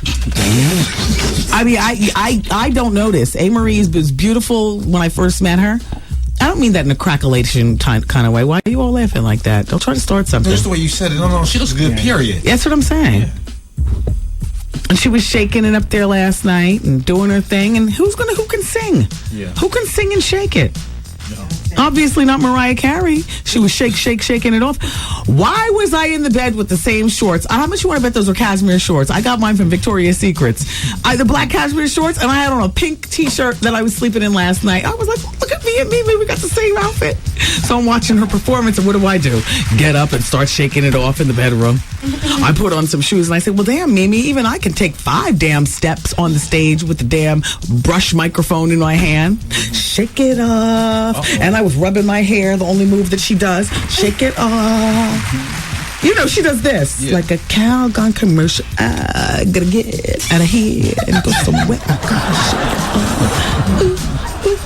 The round brush works the best for the at-home microphone. The round brush. Yes. That gives you the real brush, the microphone effect. Yes. I thought Madonna that woman, Mimi, looked cute. I got a fax from somebody, though, saying she needs to grow the hell up. Wait, hold on. I'll get to it. I'll tell you right now. This is from Allison over on East 24th Street. She says, Mimi, grow up. There is a kid in all of us, but Mimi is damn near 40 years old. She has no rhythm, and her gut was not flat enough for her to be wearing that top. Oh, Allison, you're hating. She looked fine. Very good. She looked thick and good, that's why all these girls are being chased to be like Lindsay Lohan and Nicole damn Richie. Come on. I thought Mimi looked faboo last night. And she shook that hair enough, though. Did you all hairistas notice she almost shook the hair off? Oh, she grabbed it. She didn't just, brush it with her finger. She grabbed it at one point and readjusted and, went up to her headband and, I loved it, though. And Jermaine Dupri. She's perfectly tacky. They didn't show him, which I loved also. They kept it all about Mimi. Yeah. And at first, I didn't recognize Sheila E. in A. Marie. I was like, why do they keep showing this woman? She has Jasmine Guy syndrome. Yeah, she does. Bad age syndrome. Ooh, yeah.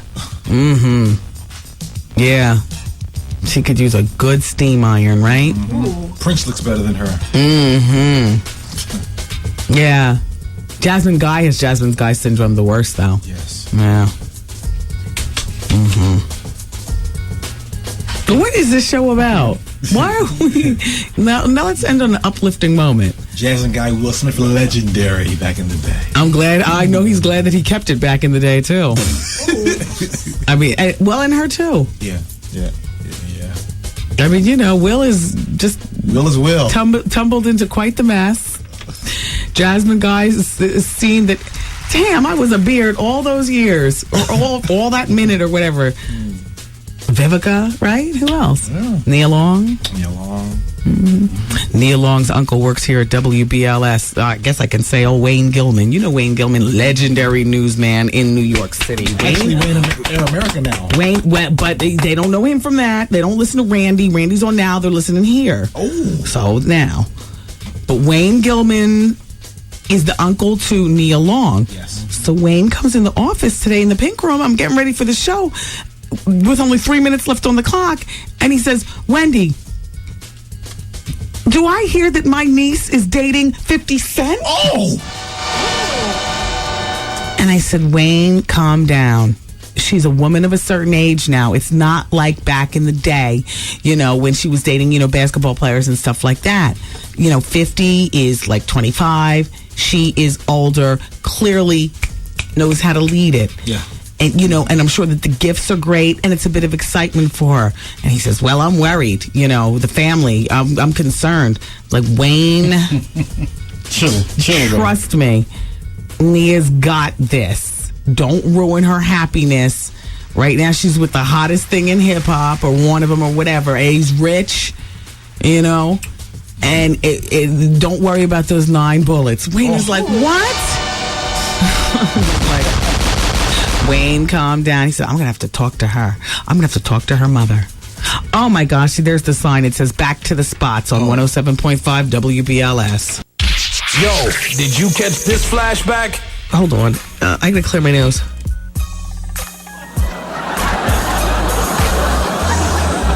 I might not make it to the Federal Lines tonight. I might have to sleep that one out. I'm a mess. why you came in today. I'm trying. Don't cry for me, Argentina. Can't you see my eyes watering? I'm crying for myself over here. I am suffering. Take me out. Take me out. Take me out. Take me out. Take me out. Take me out. Take me out.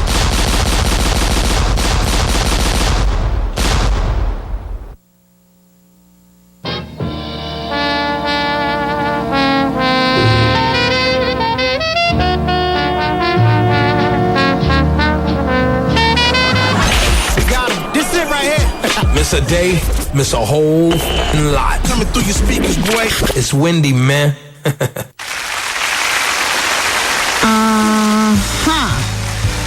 Big shout out to everybody in Philly listening on the mighty, legendary Power 99 FM. Hey, Philly, I'll be with you on Friday at the Palmer's nightclub. It's a big Bud Select night, and I'm hosting, so I'll see you all there Friday night in Philly at the Palmer's. Artie, you in? Are you going to be this Friday? Stay with the class. Okay. Thought that's what I said. I'm on train.com too, honey. Oh, you're ordering boots and shoes too? Pump, sweetie. Easy. Now, if I'm ordering 12s, what are you ordering? 14s? Yeah. Damn, that's a big bitch. I wear my, sweat socks. Nas is celebrating his 32nd birthday. If you're celebrating today, then happy birthday to you, sweetheart. All right. Right now, you know what we're doing between now and like December 1st? Just when you think about it, you know my fax number. What is it? The Wendy. No.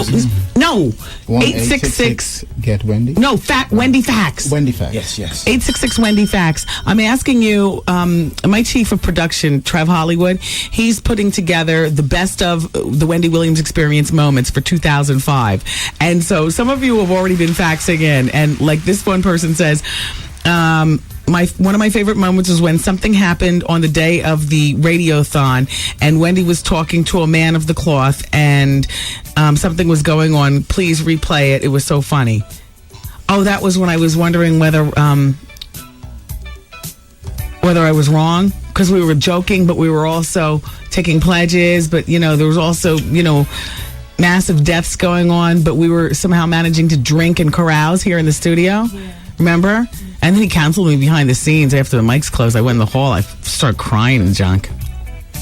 Anyway, and here's a person. She says, this is my top 5 best moments. Vivica Fox. She was a real woman. Kept it real without being catty.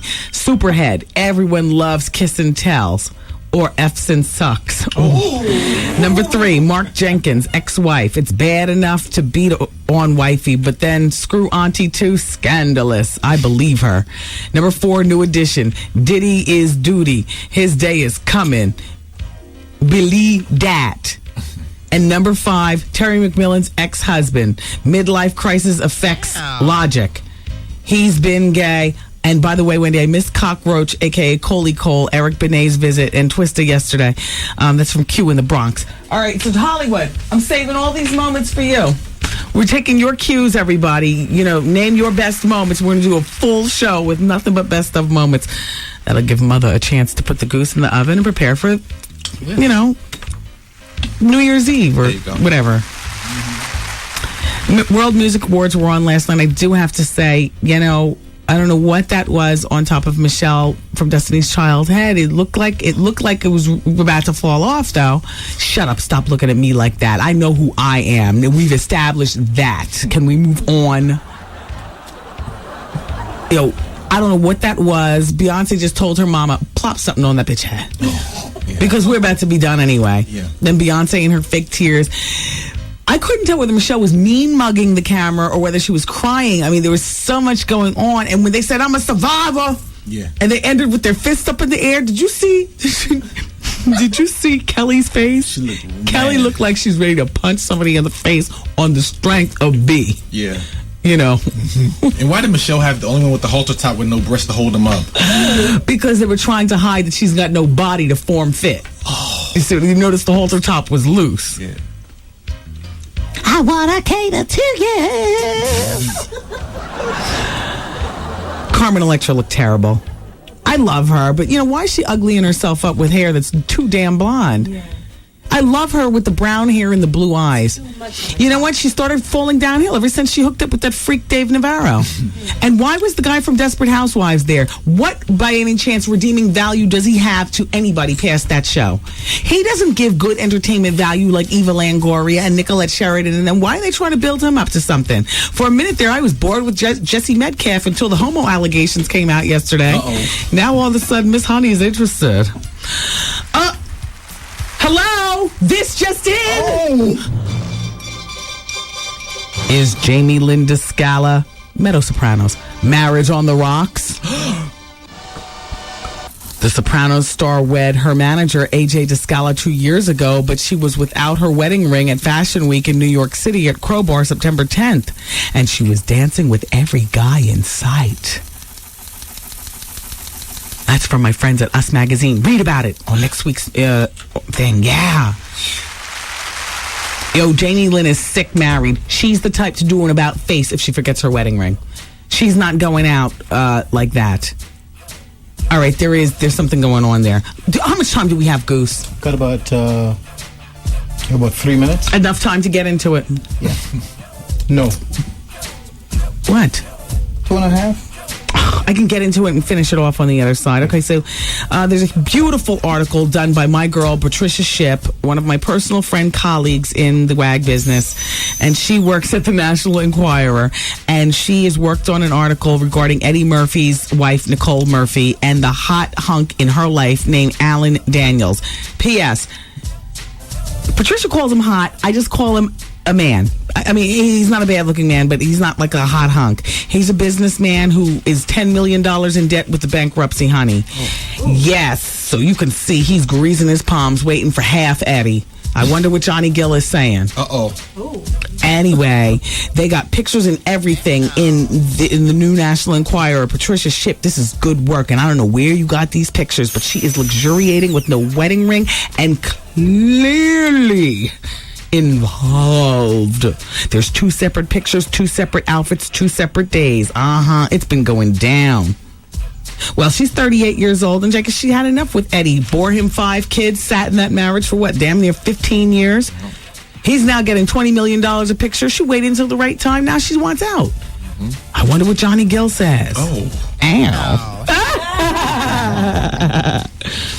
Well, anyway, one of the pictures, it says they were snapped up at Santa Monica, California. Oh, by the way, guess what? And Nicole's been staying at, you know what I'm doing right now? It's called trying to rush the information out before the microphone break ends, and I just can't do it to you people. I was told a long time ago by one of my college professors, if you slow down on your speaking, I listened to you on the radio last night, Wendy, on my college station, and you got to slow down with your speaking, The break is not going to end until you close the mic. Little does he know I'm still in radio and breaks are timed out and it's got to end and all the affiliates go into commercials at the same time or I get run over. Like a deer on the turnpike. So now I got to end this break, but we'll be back to talk about, what's it doing next. Wendy, man. Yesterday, I don't know if you heard, Little Flip gave you a nice shout out on 106 and Park. He was just shouting you out because you broke Sunshine before everyone was playing, and he said after you played it, the whole country started. Of course! The Wendy Williams Experience. 1.5 WBLS. Hey everybody, it's the Wendy Williams Experience at WBLS. I got 60 seconds to talk to you about one of my new favorite finds I want to share with you. Benjamin Rug and Home Imports. The proprietor's name is Stephanie Cohen. She and her husband they've been in the furniture business for years. Now Stephanie has launched her own designs. They're at Benjamin Rug and Home Imports. Not only that, they also carry other stuff, including Martha Stewart's Signature Gallery. I'm not talking about crap. I am talking about big, beautiful furniture, small, interesting things to go in that particular nook in your house. Do you want contemporary? Do you want classic? Or traditional. They've got it all, and it's right there in Secaucus, New Jersey. It's called Benjamin Rug and Home Imports. How do I know? Because I go there. I've ordered I love it. They've got the best flooring. The area rugs are fabulous. And for those of us with discriminating tastes when it comes to decorating our homes, you know who I'm talking to. I know what you like. I know you and I have both spent a lot of time going to ABC Home and what? Try better pricing. Fabulous stuff. Okay. Do I have your attention? Now let me give you the telephone number. 201-617-9000. This joint used to be a wholesale store, and now they're doing a retail store with wholesale prices. The website, it's so new that the website won't be ready until Friday. Then you'll be able to go and click and see exactly what I'm talking about before you go through. But you know what? If you get a chance to stop by there, look at what they have. You'll love me for telling you about this place. Benjamin Rug and Home Imports, 20 Meadowlands Parkway, Secaucus, New Jersey, 201.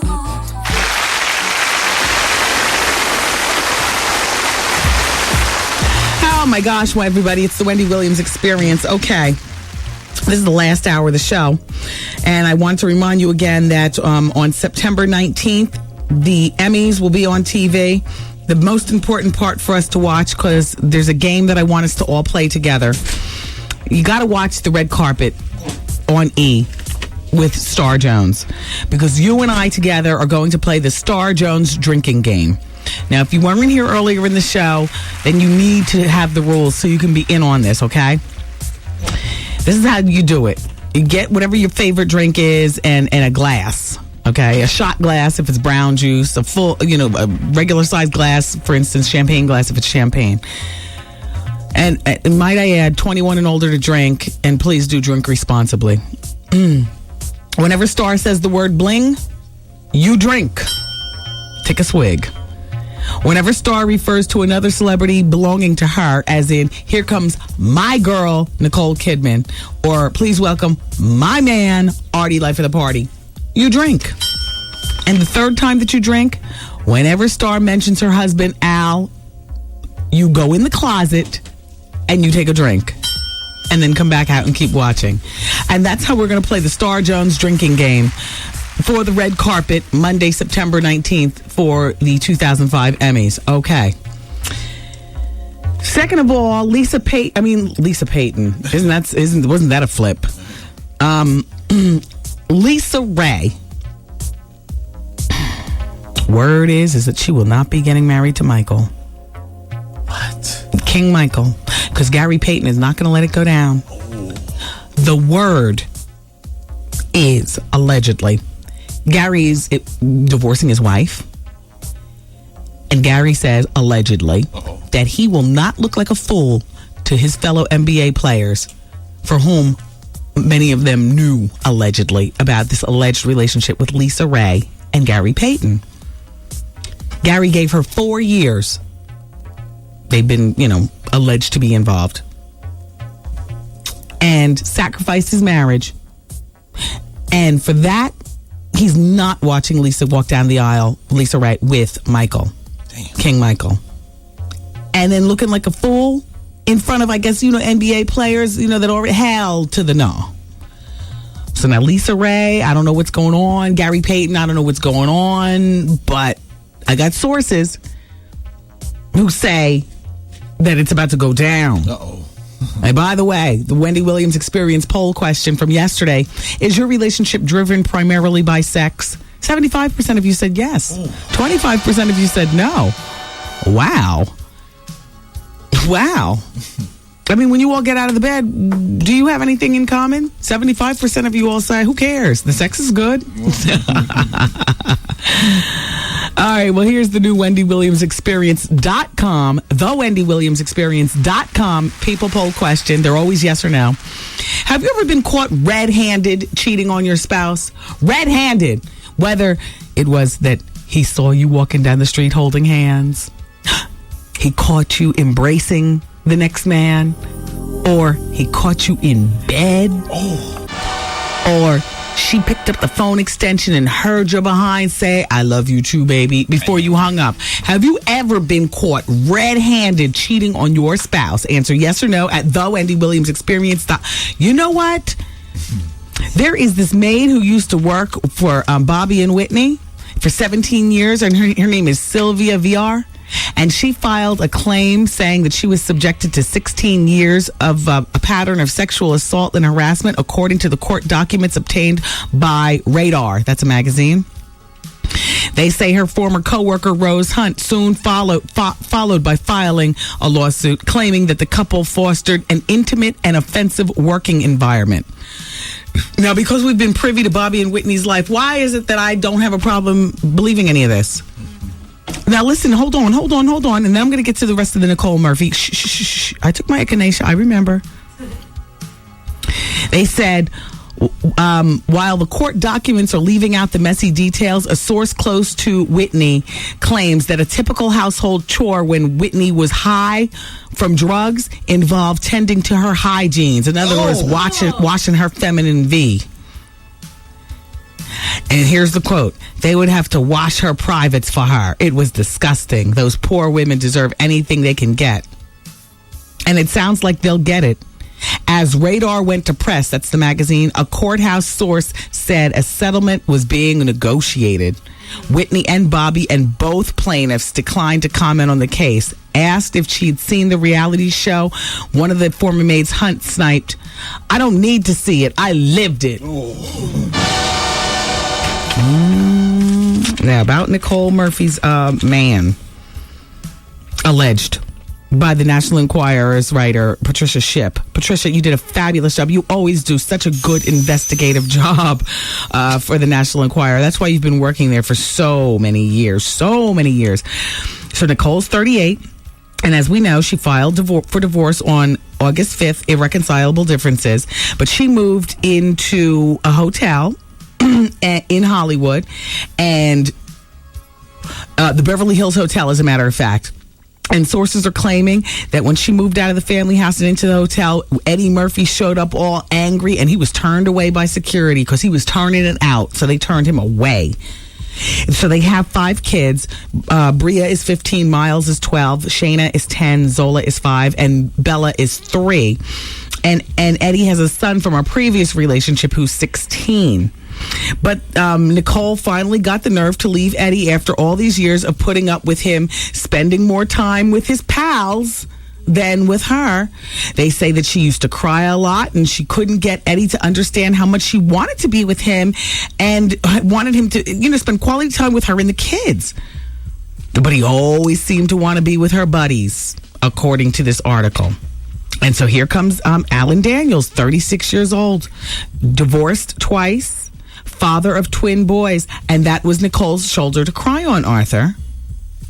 Now, you realize that Eddie is worth so much money that at any given time, once the divorce is finalized, if she chooses to go on with this man, she'll be able to, give him money to dig himself out of his $10 million debt. Well, he was the financier chief, this Alan Daniels, the next man, the chief executive at realestate.com, an internet real estate company that was busted. Excuse me, they were never busted.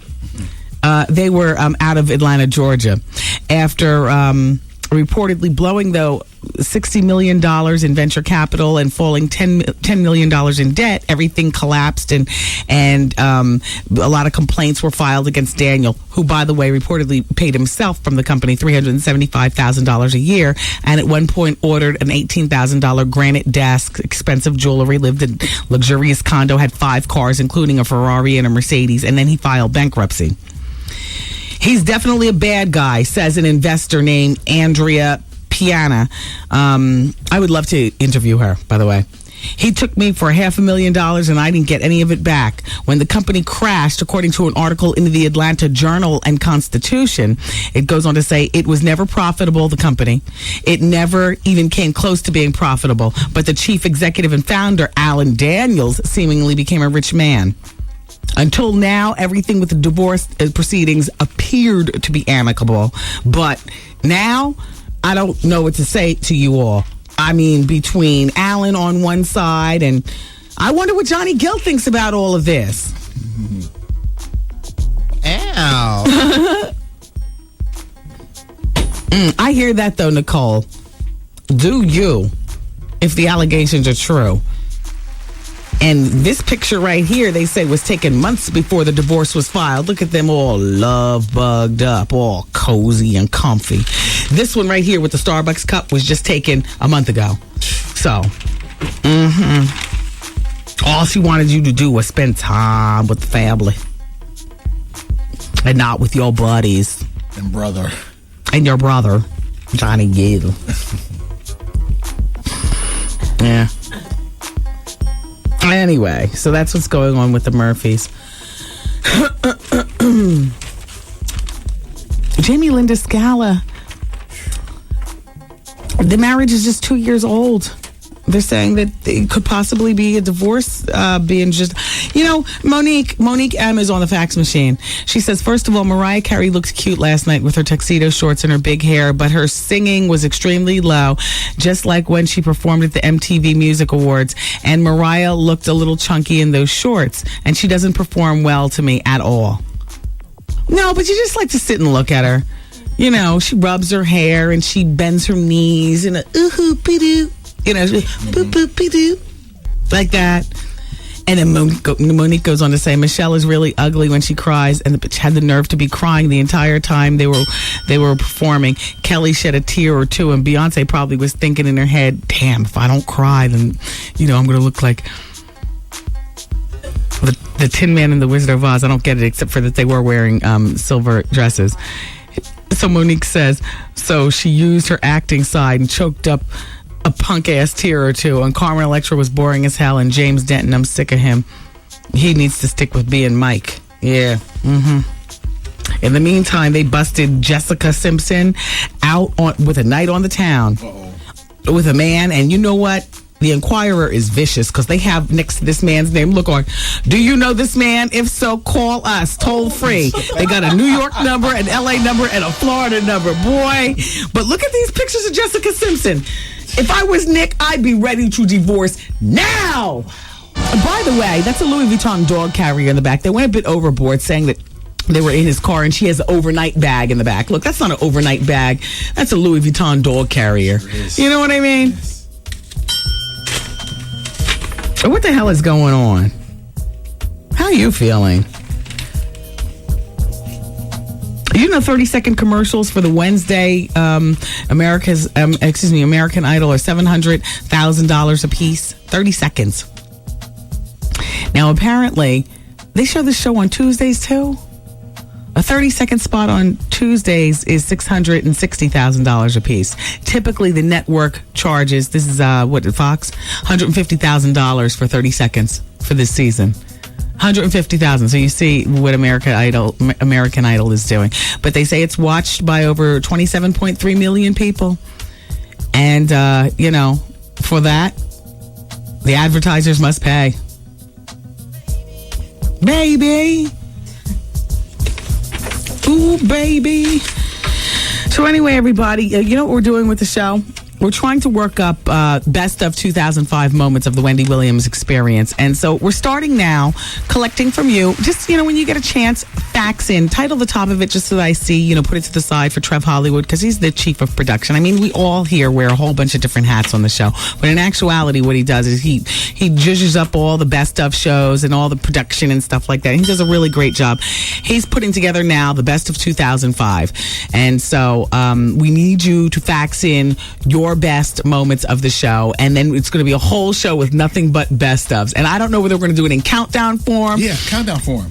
Well, how do we pick just one best of moment? No. Just pick a bunch of them. He's going to put them in order from 25 up to 1. Yeah, but how do we pick which one is number 1? The one that gets the most votes from the listeners? Yes. Yeah. Now, keep in mind, Eric Benet, remember Whitney Houston was 2 years ago, so please don't, you got to make sure that you're thinking in terms of what's happened in 2005, like China, like Vivica Fox, like Eric Benet, like Miss Jonathan, Terry McMillan, soon to be ex-husband, like Superhead, you know what I mean? Like Bow Wow, like, Sierra, you know what I'm saying? Alrighty, everybody, keep it where you got it. Hey, listen, I'm taking your phone calls for our last break. It's 866-GET-WENDY. Wendy, man. So, Whitney, is there drug use at this present time? Who are you talking to? To you, Whitney. You. No, you're not talking to me. I'm a mother. Only my mother has privy to that information. You talk to your child about that. Don't ask me no questions like I'm a child. Don't ask me like I'm a child, because I'm not a child, Wendy. The Wendy Williams Experience. Hey, New York City, this is your man, Steve Harvey. Hey, that's right, everybody, I'm back. And this time, New York, I'm here to stay. Who could it be? but still hard. I got that 10-way suit when I was little for Easter with the reversible pants on it. You could wear it 10 ways. Then I being black, I could wear mine 31 ways. That's right. Radio in New York will never be the same. The fun begins Monday morning, September 19th. It'll be on and cracking right here on 107.5 WBLS. Oh man, today's R&B and classic soul. Oh yeah, BLS everybody. Don't forget, it's the Wendy Williams Comedy Experience tonight at the Laugh Factory. I'll see you guys there. Don't forget, doors open up at 8 o'clock. The jokes start about 9. Shout out to you, Artie, Life at the Party, Capone, the Gangsta of Comedy, and of course, shout out to Ken, blah, black, black, black, blah, blah, blah, blah, black, black, black, black. I'll see you all there. We have a lot of fun every Wednesday night at the Laugh Factory. And tomorrow is Thursday, and that means that the Shadow Nightclub is free. The Shadow is in Manhattan. It's free every Thursday night, and every Friday night throughout the fall, it's free fall Fridays at the Shadow. It's crazy packed too on Saturdays, FYI. Chuck Chillat's there. This hour of the Wendy Williams Experience is being brought to you by Visa. Visa, it's everything you want it to be. And let me talk to you for a moment about LA weight loss. 1-800-448-TRIM. 1-800-448-TRIM. You know what I've become since getting off LA weight loss totally, but wanting to maintain the 15 pounds that I've lost? I've become a grazer. Do you know what that is? I'll tell you what it is. Art brought in a sack of White Castles, and I had 3 bites. Not big bites. Like, I didn't finish one White Castle. I had 3 bites, and I put it in the garbage. It was delicious. I should have continued, but I don't want to gain the weight back. Right. With LA weight loss, the thing is that they teach you about moderation, and they teach you that there is no food group off limits. You've got to work with your weight loss counselor. It's not difficult. Each weight loss program is designed specifically for you. If you're a carb craver, if you're a sweets lover, if you're a fried food addict, LA Weight Loss, they have a diet designed just for you. No two people's diets are necessarily exactly the same. And guess what? You can eat out at restaurants and have a great time with your family. Trust me when I tell you, I've looked for a weight loss program like this all my life. And, my weight has been off, I would say, for about 18 months. And one of the things that I learned is that you can't let your body go into starvation mode. Otherwise, it starts to store the fat. You've heard that before, haven't you? You've got to eat. You can't just starve yourself.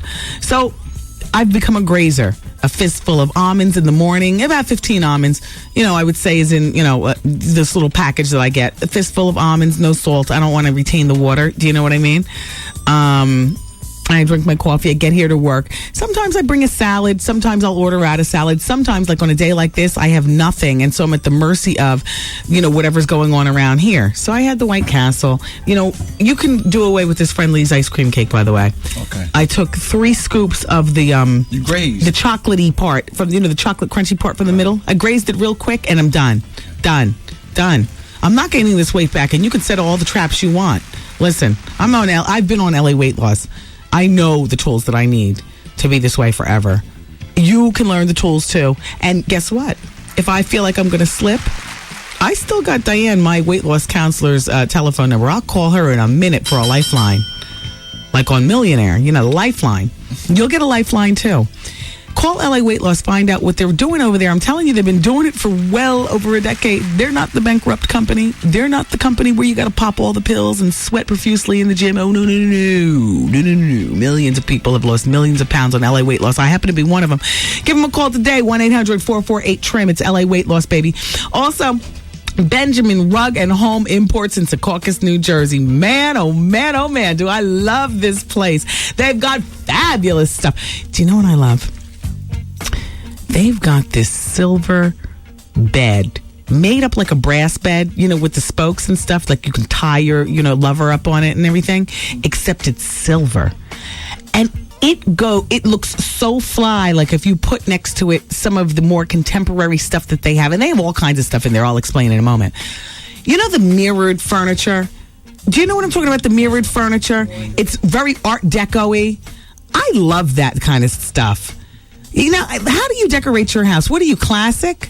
The classic stuff happens to be on the second floor. They got a whole classic gallery full of classic in a contemporary yet not contemporary kind of. You got to go and look for yourself.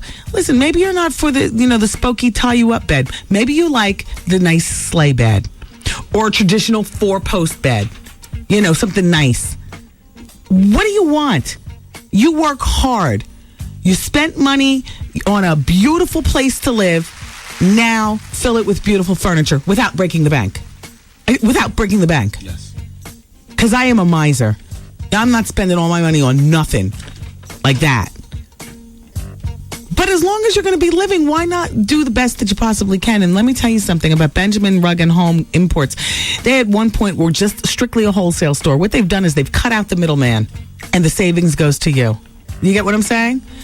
They're a retail store now with wholesale prices, and they are located at 20 Meadowlands Parkway in Secaucus, New Jersey.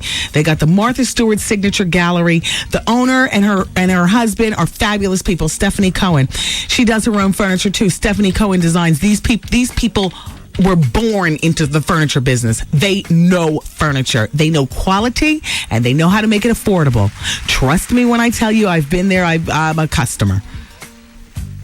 Now, you can call. The website won't be set up until Friday. I talked to Stephanie earlier today. She told me to tell you that. So, you can go and take a look or write it down for future use. StephanieCohenHome.com. StephanieCohenHome.com. Here's the telephone number for Benjamin Rug and Home Imports in Secaucus, New Jersey, 20 Meadowlands Parkway. You can tell them I told you about it, too.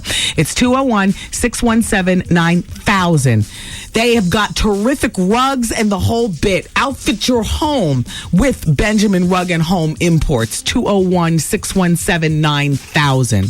107.5 WBLS. See, the problem is, Jordan, my nephew, he's small for his age. Bernie decides to teach Jordan a lesson in self-defense. When somebody start picking on you, you got to show you can take it. How do I do that? Well, you can start by insulting their mama. And now, the rest of the family is up against the ropes.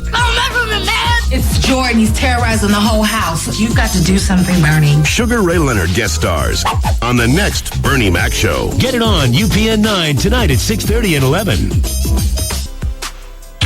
Yo, did you catch this flashback? The first page of this fax got cut off, but listen to the rest of it. I couldn't believe my eyes. Wendy, my son was giving my husband a professional.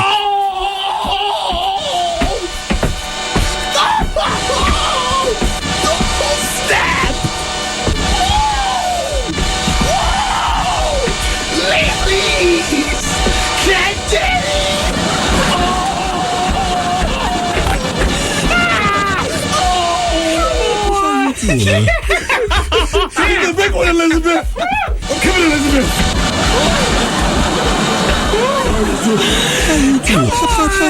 How you doing? I'm gay. I'm a homo. I like guys. I'm gay. I'm a homo. I like guys. I'm gay. I'm a homo. I like guys. I'm going home. I'm going home. I've had it. It's a day, miss a whole lot. Coming through your speakers, boy. It's Wendy, man.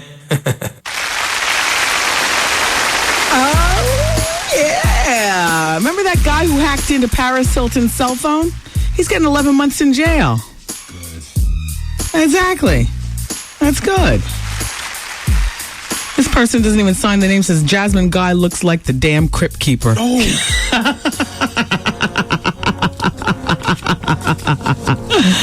We were talking about how Jasmine Guy and Sheila E. were beaten by the same, wrinkle stick or something.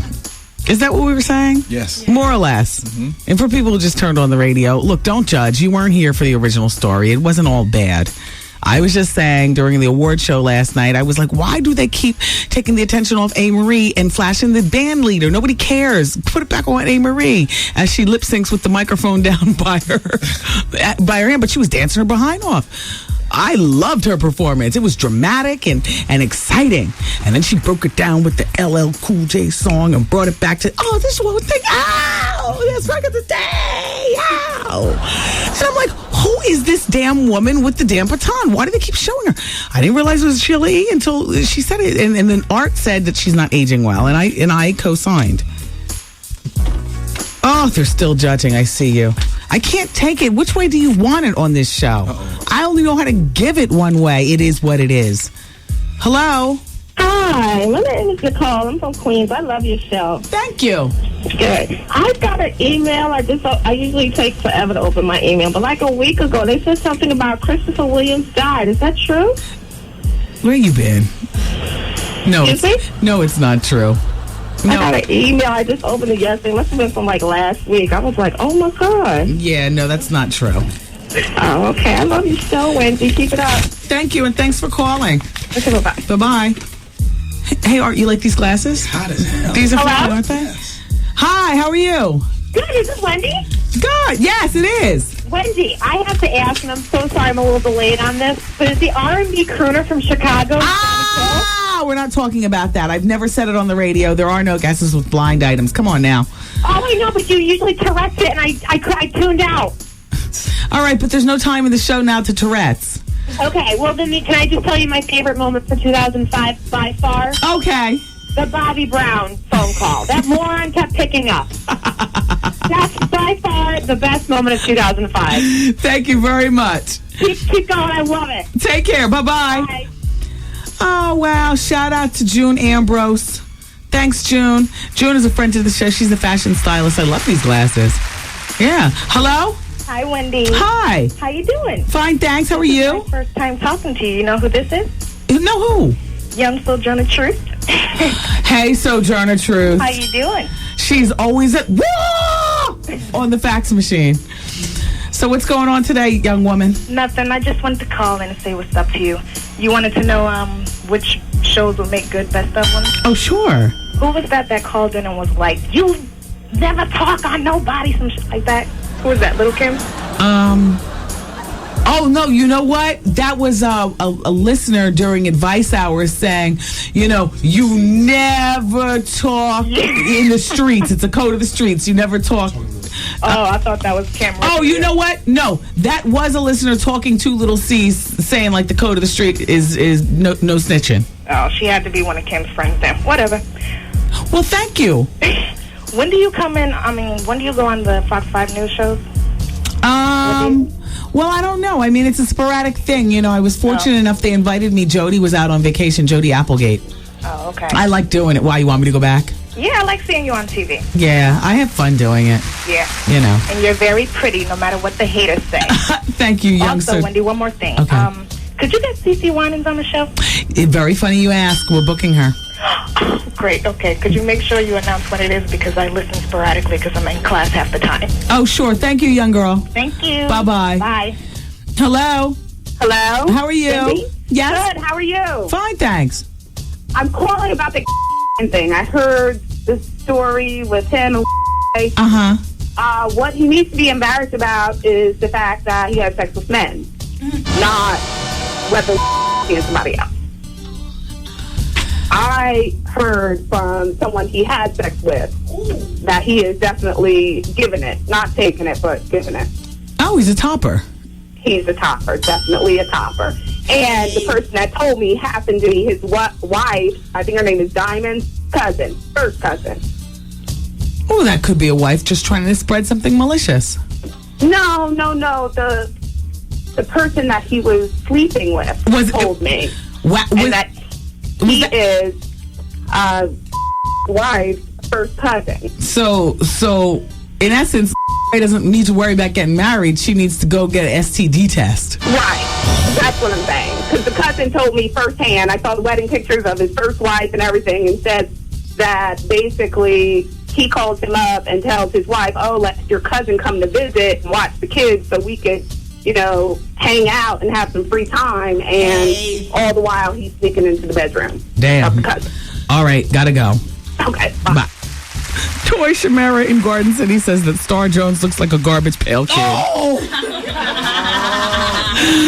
Okay, while I was on the telephone, so Elisa and Nicole and Crystal, who's interning today, the three of them were sitting in the pink room getting the business at hand done, and they come in here all together with their hands on their hips. I'm like, what?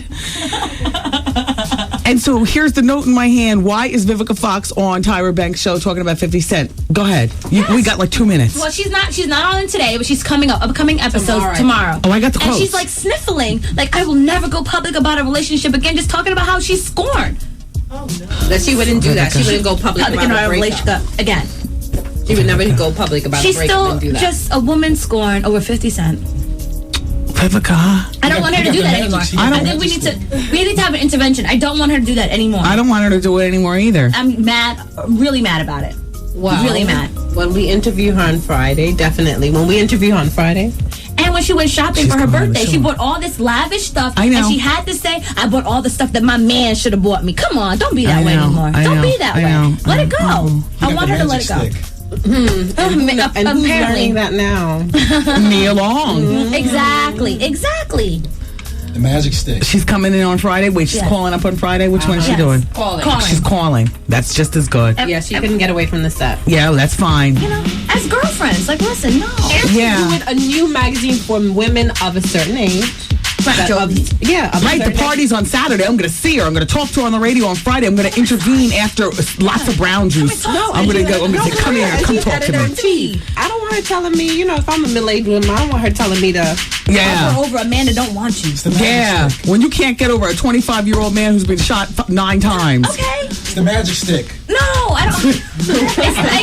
It can't be that good for Vivica to be looking like that. No. Wait, hold on. Because we got to go.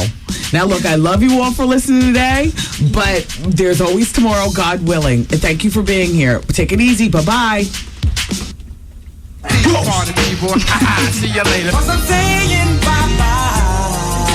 Good night. Program complete.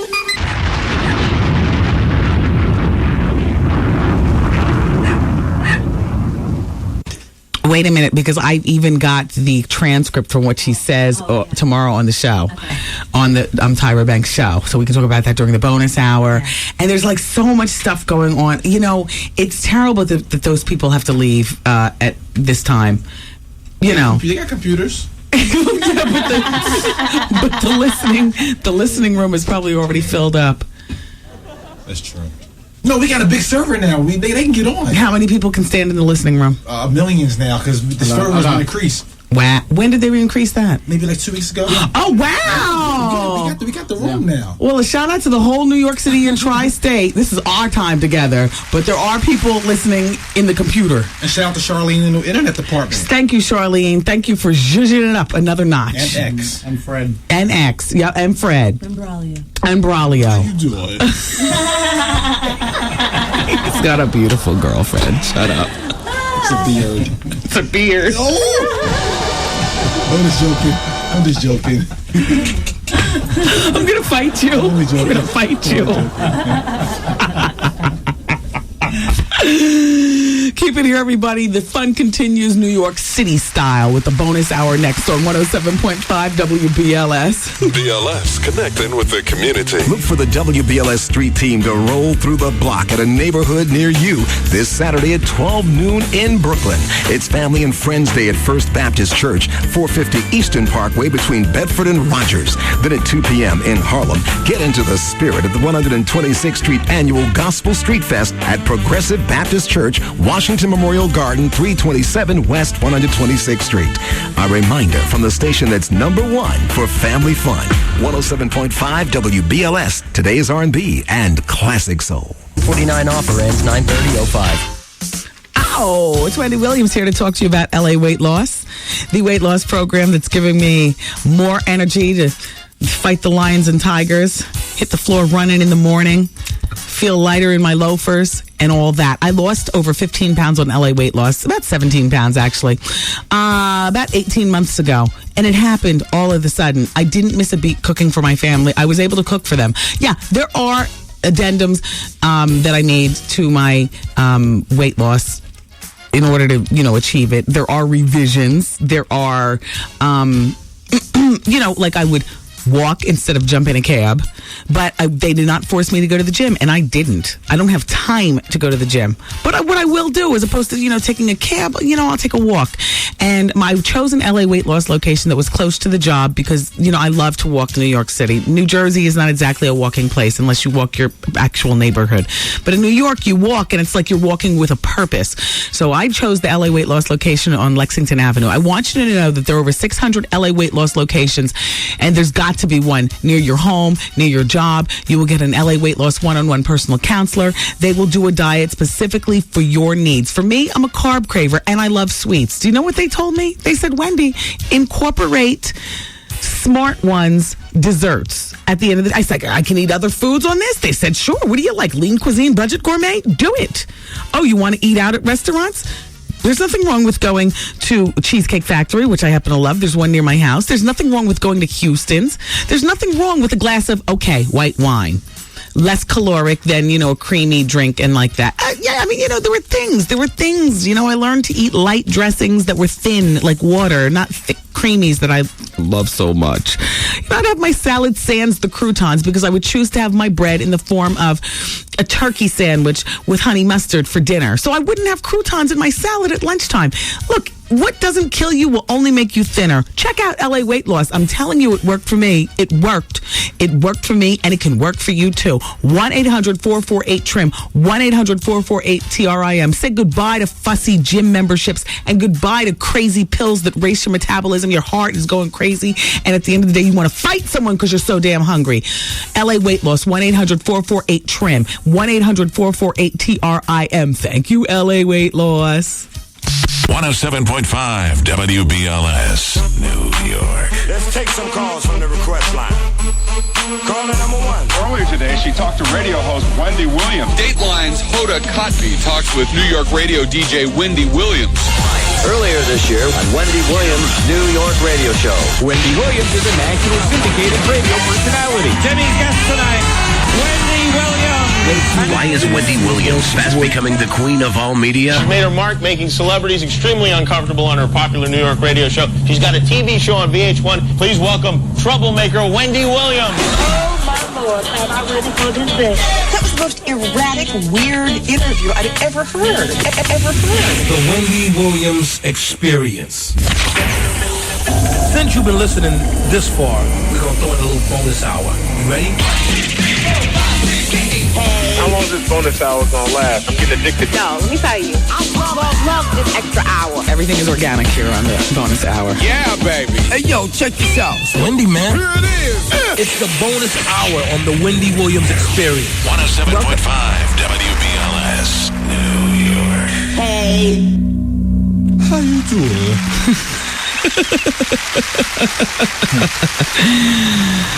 I said earlier that, it gets confusing to me, and I try to remember, it's two different shows in a show. There's the 4-hour show, and then there's the bonus hour. And I know we have our intimate conversation here. And sometimes I say things to you all that I'm like, damn, I should have shared that with the national audience. Like yesterday when we were talking about Lamont Bentley and the baby's mother trying to buy the Hummer and it being stopped by the people at Smith Barney and Lamont Bentley's mother. So I repeated the story first break today, something after 2:00. I told everybody, National in New York, we're all together. And I told everybody that, I'd originally told the story yesterday during the bonus hour. I'm sorry you guys aren't here, to get when it happens, but I try to repeat as much as I can for the national show. And I made mention that, the bonus hour is something, heard exclusively on WBLS New York. It's my 5th hour on the radio. Don't feel sorry for me. Don't think I'm being overworked. I've been begging for this bonus hour since I've been back to New York this month. I'm celebrating my 4th year back. Thank you, WBLS. But when I first started, I wanted to work 5 hours and, I was denied. And I would check once every 60 days. And I was denied. Finally, I stopped asking. And then they came to me one day and they said, would you work 15 minutes into the next hour? And I said, 15 minutes? Why can't I do the whole hour? They said, you want to work like that? I'm like, what do people have, amnesia? Or what do you call it, Art? Is it amnesia? Or Alzheimer's? Alzheimer's? I've been begging for this the whole time. Of course. I trust there's more money in it for me. You know. Well, it ended up being a bigger score because if they just given me the 5th hour to begin with, it would have been all one package. But, now, I got the 5th hour, and I love it. I have to tell you, I love it. Don't cry for me, Argentina. I love this 5th hour. I got into radio doing 5 hours. I'm a thoroughbred. And so this 5th hour is a delight. And so what I said to the national audience, and I was shouting out, Power 99 in Philly and the various radio stations that have us, I was like, I would love for you to be able to be part of the 5th hour. You can listen online at WBLS.com, or perhaps, write or email your local program director and protest and say you would like to have the 5th hour. And then some of the New York audience got up in arms and they were like, because as soon as they come along, then we got to start playing music. And if we have to play music, then it's going to taint the 5th hour. So, I thought about it and I was like, you know what? Sometimes, with the national, I like being syndicated and everything. But, there's certain obligations I have, and I understood going into this as a businesswoman and as a person knowing radio. And believe it or not, even my bosses, hey bosses, they sit in their offices during this bonus hour. They're ready to cut out music on this entire damn show. I mean, I'm talking 5 hours of this right here. They love it. I don't know when they had an about face, because, music was a bone of contention. And I used to get angry and say, why can't we just cut it out at all? Well, that's it. If I'm doing the bonus hour, I'm not playing any music. They've been really good. Because I've been around this a long time. I'm just not, some novice flying by the seat of my pants. I said, they trusted me in terms of how to plan this bonus hour. And this is what it is. I've never played music on it. It's not what I do. If you hear a little music at the top of the hour in the beginning, that's because I'm in the bathroom, up to something. Or maybe socializing in the hall, and then I come back and we start the bonus hour. But I love this bonus hour. And my boys say, but, syndication, I can't do just talk. We got to convince all the radio stations. So, maybe one day that'll happen. But right now, I'm obligated to, leaving musical positioning opening. Here at WBLS, we can cut the music out. I can just chat our way through the music. But then I feel like, well, then that means that I have to remember what I said in order to bring the national audience back in. It's just a mess. But if we didn't play any music here at WBLS, the bosses would be okay with it. Mm-hmm. It's just, it's a mess. But it's a good mess. But it's a mess. Is it raining outside? I can't really tell what's going on. It's horrible out there. Humidity. It's humid. That's it. It's humid. I'm glad I wear the fake hair. Oh. No, it's not raining. As a matter of fact, it looks like the sun might try to come out for the last part of the day. Look. It's not bad out. Nicole, are you in the office? Can you plug in my curling iron, the solid gold, and turn it up to 30? I got a little date tonight. Talked to Jonathan Plummer earlier. You know who that is. Terry McMillan's soon-to-be ex-husband. Ow. He wanted to let me know that Terry is behind in her alimony. And he also wanted to find out from me what the name of my writer is, the legendary Karen Hunter. So I'm very protective of Karen, while I never try to stop her hustle. I don't want her to be distracted from, our book projects. So, shout out to you, Karen. I know you're probably getting ready for bed now. She does her own morning show at WWRL. So she goes to bed like this time of night. But, Karen, I'm going to be talking with Jonathan right after the show. I'm going to give him your telephone number. I hope you don't mind. You know what? I'll take his telephone number and I'll call you tomorrow and give you the number.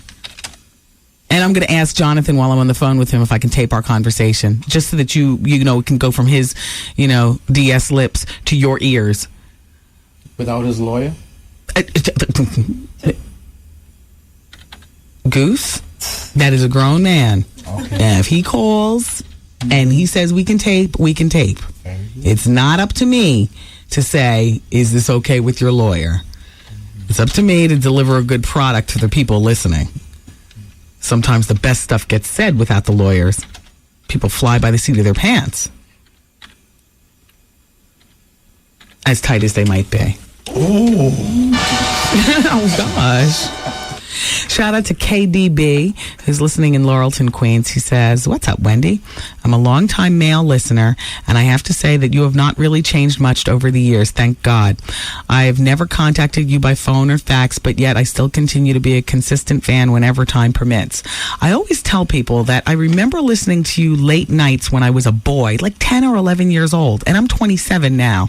My older cousin tells me it was those gossip spots that you had that would run all day, and I disagree with him because I remember those gossip spots, and I know that what I used to listen to as a boy was not it. I know it was overnight show on the radio, but I don't remember which station. Was it the Lipstick station? Can you please clear this up? We all listen to your show. I must admit I was a little jealous when I heard you were going to be syndicated. I know that it is a great move for you, but I always viewed you as only a New York attraction. Enjoying you here and then coming home to it was a dream come true." Oh, he must have gone away to school. "You did please me, though, when you decided to add the bonus hour for the Tri-State. Thanks. I heard about the Best of Wendy 2005 show that you're putting together for the end of the year, and I vote for Bobby Brown's phone call. In my opinion, that was classic Wendy moment." Okay. I love you whether or not you read this, and I hope you never change no matter how large you get. Stay blessed, KDB. Thank you, KDB. Yeah, I used to be a disc jockey when it was Hot 103.9. They played dance music, and we were based out of Long Island City. And we played Debbie Gibson music, and we played Paula Abdul, and we played Janet Jackson and Whitney Houston, I Want to Dance with Somebody, and Noel, Silent Morning, and like that. And I did overnights there, and I cannot believe you've been riding with me since then. That was my first New York radio job. That was back in 1988. I worked midnight to 5:30. Thank you, KDB, for listening all these years. I'll try my best not to change, and I will definitely let Trev Hollywood know that you want the Bobby Brown phone call in the Best of 2005. We're not counting down with music. We're counting down with the best of. We're planning our end of the year show already. Danae is saying that the New Orleans mayor was on TV every day since day one of Hurricane Katrina. Not many people were able to communicate because of downlines. He was at the Hyatt, I would assume, because he was one of the first to admit that he lost his home early. Somebody was saying that, well, I was actually saying it, but I was reading it from an article. They were talking about the three biggest, jerks basically in this Hurricane Katrina thing. One of the people was Michael Brown. The other person was the mayor of New Orleans. And then they tried to say, the governor of Louisiana. And then they tried to say the mayor of New Orleans was in there because what the picture they tried to draw up was that he was laying up in the lap of luxury at the Hyatt in New Orleans. And I recall seeing the mayor, he was like one of the first people. But I think that's somebody trying to throw dirt on his name and his position, and maybe trying to make it look like, it's not just a white thing, white people trying to leave black people, to die. Black people were doing it too. Look at the mayor. Mm-hmm. But I could have sworn I saw him in there from the beginning. Is this a diss when somebody says, "Please enjoy these most garish glasses as you hang out incognito"? Isn't garish something awful and gaudy and tacky? Yeah, well, that's what June Ambrose. That's the note with the glasses. She sent me those sunglasses. I think just like for fun. I think she was saying it for fun too, because she knows I have a garish streak. She says, "Dearest Wendy, it was such a pleasure making your fashion acquaintance. You are every bit of a delightful host. Please don't hesitate to call me for any information or expert opinions on fashion. Please enjoy these most garish glasses as you hang out incognito. Your Fashion Abbey, June Ambrose." I think she meant this in the best way. Yeah. See, I have a flair for the gaudy. I'm sorry, I can't help it.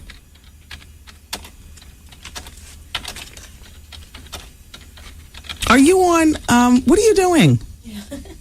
I mean, there's a lot of clicking going on. I was emailing. Who are you emailing? I was like, what is that ticking sound? It's all right. Who are you emailing? I was just talking to some of the interns. You're lying because you're stuttering. No, we're talking to some of the interns. No, you're lying because you're stuttering. No, I'm talking to some of the interns. And I'm talking to one of the account execs at the same time, too, about tonight's show. and to get there early. To make sure they don't miss you. Yeah. Art doesn't want anybody to miss him. Art's turned hello, welcome to the Laugh Factory, ladies and gentlemen, Wendy Williams, into like a 3 or 4 minute comedy bit. Yeah. Dare I say 5 minutes? And you and your husband are my biggest fans. Thank you. Yes, Art looks for us. When he hears us laughing loudly, he knows keep it going. He's killing. Yeah, because sometimes if the crowd doesn't laugh, I'll hear them laughing, and that keeps me even more pumped up. Yeah, you need that because they're hard to make laugh. So when them laugh, it's like, okay, you're doing something. Yeah. Well, I get to the club, I have like one drink. Yeah. You know, and usually, you know, I'm still high off doing the radio show. I enjoy doing this radio show so much. You know, Wednesdays is the only time I get to go and release the energy, the high that I feel off getting, you know, off this train. Normally, you know, I'm in the traffic, and you know, I don't have any go-to people because, you know what I mean. Yeah. I don't expect everybody to, you know, be as into the radio show as me. When it's over, it's over. But you know what I do enjoy? I enjoy when I'm, you know, trapped in the traffic and I'm driving down the street and somebody might see me and give me the thumbs up like, great show. That means a whole lot. You know, is that damn Wendy? Mm-hmm. You know, and then I smile, disarm them. You know, and then they smile back. I listen every day. I love that. Coming to the show, I love that too. It's like the steroid shot that I need to do a good show. Yeah. You know, you're driving, you're in the traffic and stuff. My front windows aren't tinted, unfortunately. Really? Not yet. No, well, you know, I don't tint them myself. I mean, you know what I'm saying? Like, that's what he'll take it and do it. And, you know, everybody's busy. We're busy, and I'm busy driving. Let me take your car today and get it tinted. No, I'm busy. I got stuff to do. Do it tomorrow. And the next day, you know, no. So, you know. But the payoff to that is that you get a beep beep and a honk honk, and I get that shot of steroid. Not so much in Jersey because there's not stop start traffic like that. You know, I'm on Route 46 and Route 3. But once I get out of the Lincoln Tunnel and the traffic's bad, and you know, I'm listening to my music and I got my garish sunglasses on, and then somebody will say, you know, I listen every day, and I'm just like, oh, I'm high and I'm on my way to the station. Oh, I'm going to do a good show today. Oh, and then I get off the show, and then, you know, you get an immediate injection, an immediate pat on the back, or else, you know, an F you know, whatever it's going to go, but you get immediate reaction. That's the great thing about being on radio versus like being on TV and stuff. You can't just finish an episode and then go out in the street and they say, you killed today. I loved when you were talking about Gary Payton and Lisa Ray, you know? So, I like that. So I love going Wednesday nights because it's like, you know, you get immediate response, you know. So when you're up on the stage, Art, I'm feeling jazzed because you're a limb of the show. So when I see you up there being funny, I'm laughing because I'm like, there's Artie. We were just, how you doing it up on the radio? We were just laughing. And now he's up there. I'm sure he's charged from the show, but he doesn't realize what's giving him the energy. But I've been doing this for a long time. And what gives you the energy is, you know, maybe that get right as you walk down the block, and maybe, you know, that shot of Hennessy, but also you just came off the show. Yeah. And so you get up on the stage and you're all jazzed up and you pull your pants down and you ask people, do they think you're gay? And you know, you talk about the girls and you hang T-shirts out of your pants like a phallic symbol and you tell girls to come up and grab it and then you shake it like you know, like that. Yeah. And I'm laughing and I'm having fun and, you know, I just, you know, people come out. I just love it. The only part I don't like about the show is that the person that they really came to see is only up there for like 45 seconds. Because I've been telling my jokes for 5 hours. Yeah, but they don't see you for 5 hours. But I describe. It's not my fault. The camera brackets are in the studio. Yeah. Now it's just a matter of somebody hanging the damn cameras and making something of it. There you go. The camera brackets are in the studio 5 days a week. There they are, collecting dust. If somebody comes up here and hangs up the camera brackets, then we're on to something. Look, I got a blind item. I told everybody in the National I had the blind item. This is where I feel bad. The whole everybody is not here. You know what I mean? I teased at the top of the show. Oh, by the way, at 7:30, Little Kim access granted. She's doing the, you know, the Brooklyn song. It's the access granted. I can't find the blind item. Just, you know, just give me a moment to get organized. I'm so disgusted about Jamie Lynn Scala possibly getting divorced. I don't know what to do. I met them both, you know, on the red carpet. Her husband's really good looking, AJ Descala. I thought they made a really good looking couple, and I thought that they worked well together, and I expected them to have a baby, and I'm all caught up. She plays mezzo soprano, and she's been married for 2 years. She got married young, though. The guy is like 32, and she's like 20. At this point, she's 22. She got all caught up in the whirlwind of losing weight. She was slightly chunky, and then she lost the weight, and he was there. You are beautiful. Her biggest cheerleader. And sometimes you fall for that kind of person. Then he's her manager, booking her for FHM. Remember, she did FHM magazine, mezzo soprano, and whatnot. And now she's going through, I guess, the Jessica Simpson syndrome. What the hell? I'm 22 years old. I'm in Hollywood. What do I need for marriage? I got money, I got looks, I got 1,000,000 years before I want to have a baby. I need to be single, out here shaking it. They caught her without her wedding ring, grinding and dancing and, just doing it up. Us Weekly's going to report it next week, but they gave me the drop. Thanks, Us Weekly. And this Jessica Simpson and Nick Lachey, man, that's about to happen. That's about to go down. They got some sweet pictures in the National Enquirer. Of Jessica, looked like she was toe up. Yes. Toe up. And she's with dude, her tongue is hanging out of her mouth, and she's not wearing her wedding ring, and just sitting in the front seat of his car. I mean, that was clear as day.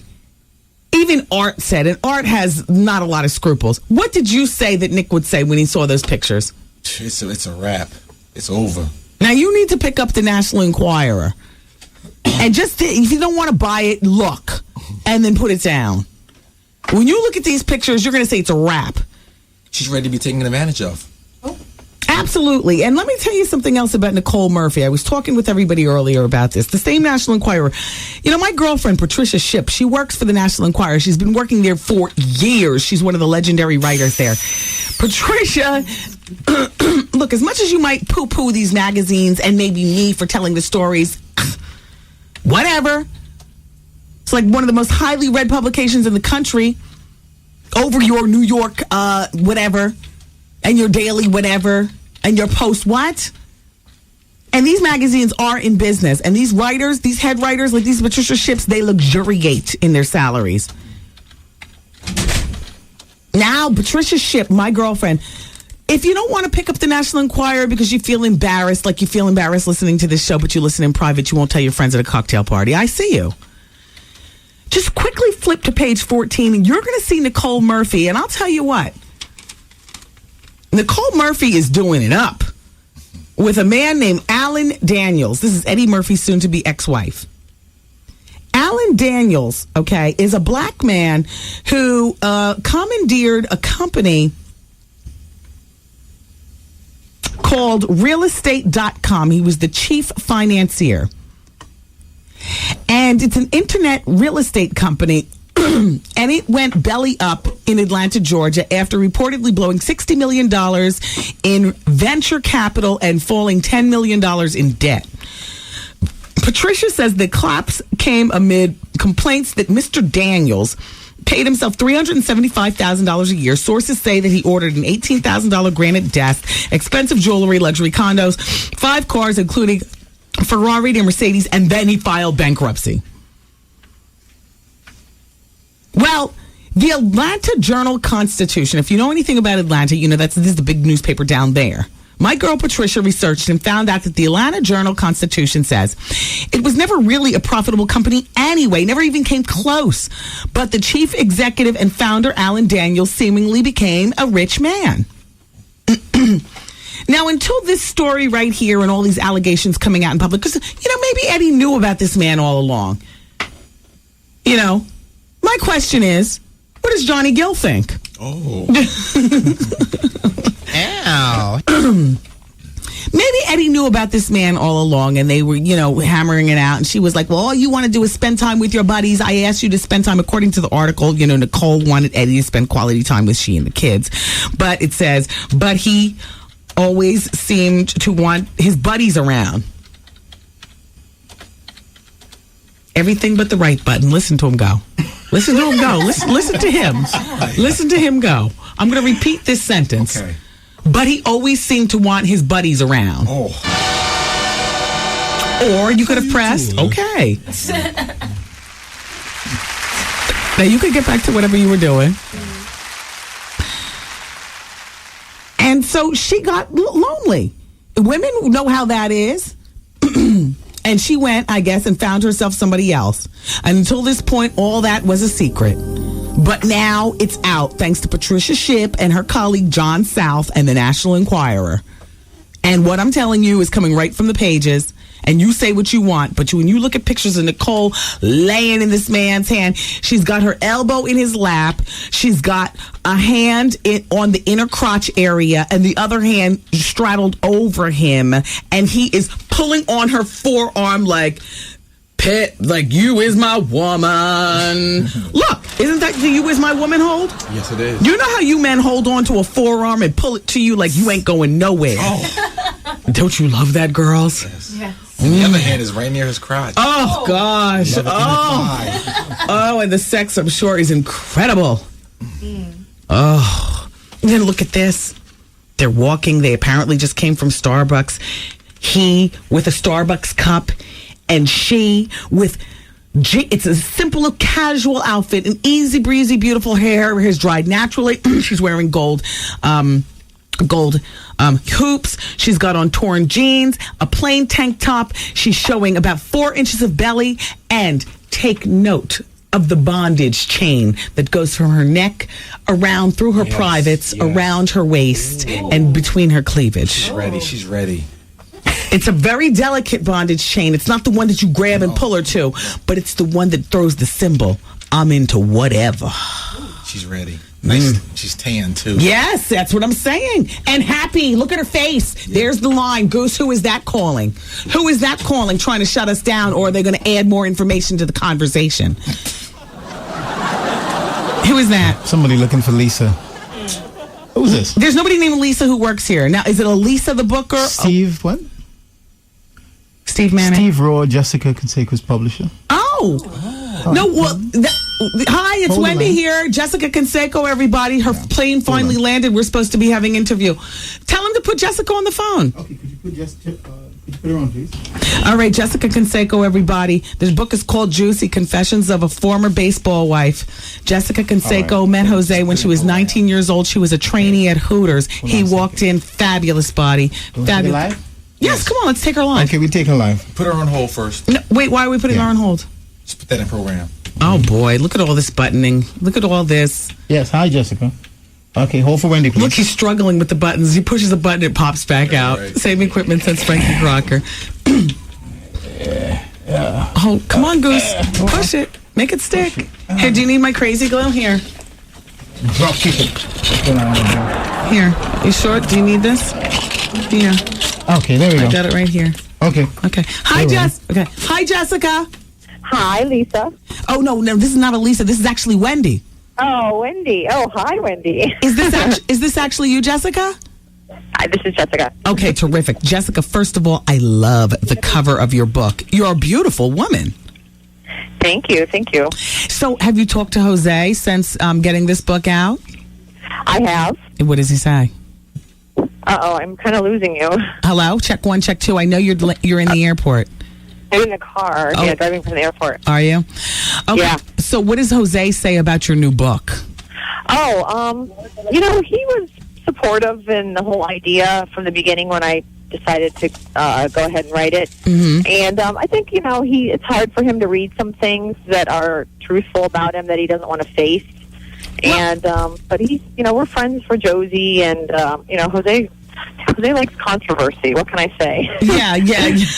Well, you know what? This Hooters job was like the big ticket for you, because I understand you met Jose on the 3rd day of working at Hooters and didn't even know who he was, and he asked you for your number. Say it again. Uh-oh. You met Jose on the 3rd day you were working at Hooters, and you didn't even know who he was, and he asked you for your number. Oh, yeah. I definitely didn't follow sports, so I didn't know who he was, but I thought he was absolutely gorgeous. And, of course, people filled me in on who he was. Wow. And then, he proceeded to ask me for my number and took me out the next day for lunch and a little shopping. Yeah, I understand. So you're 19 years old, you're a kid, and he takes you to the mall on your first date, and he bought you $4,000 worth of clothes and accessories. I know. I was shocked, to say the least. I'm like, wow, this is pretty exciting. And then... lured me in there. Yeah, and then you when you first met the sister, I was zhuzhing through your book. The sister said that he was arrogant, and you wrote him off as being, well, that's a thing that goes with the Latino culture. Oh, no. Can you repeat that again? Oh, no. The phone is just really breaking up. Yeah, you know what? Are you in big traffic? Can you pull aside and just stay in one position? Hello? Yeah, hello? Jessica? Okay, it kind of just breaks up. I hear about every other word. Yeah, you know what? Can you stay still for a moment? Okay. Abort mission. I mean, Elise, how about, can we do this from the hotel when we get there? Yeah, well, the thing is, I get off at 7 o'clock, but what I was going to say to you is that maybe we can chat tomorrow. We could talk, from the hotel tomorrow or something like that. Yeah, I think that'd be better. This is awful. Connection. Okay. In the meantime, I know, welcome to New York. Thank you. Turn on 107.5 WBLS right now. Hear me talk about your book, because I got to hang up with you, okay? Okay, bye-bye. Great. Bye-bye. Thanks, Anita. Well, you know what? She's a good-looking woman. She's a good-looking woman. Who does she look like who's famous or whatever? I don't know. On a scale of 1 to 10, most guys would consider this a 10. She kind of looks like that woman from Baywatch that used to be on Baywatch. I'm trying to remember her name. I don't know. She's a good-looking woman. She's got a nose job and 2 breast jobs, and she even invited a woman in their bedroom for a threesome. But nothing was ever enough for Jose. And then through it all, she breaks through the icy stares of the wives and the girlfriends of Jose's teammates, and she learns that the honor code in baseball sorority, with the women behind the mat with scenes, is you keep your mouth shut if you see one of the players with another woman. That's it. So, his book was a New York Times bestseller. It went to number 1. I expect that this book is going to do pretty damn well. I love these behind-the-scenes books, and she's really laying it out in the book.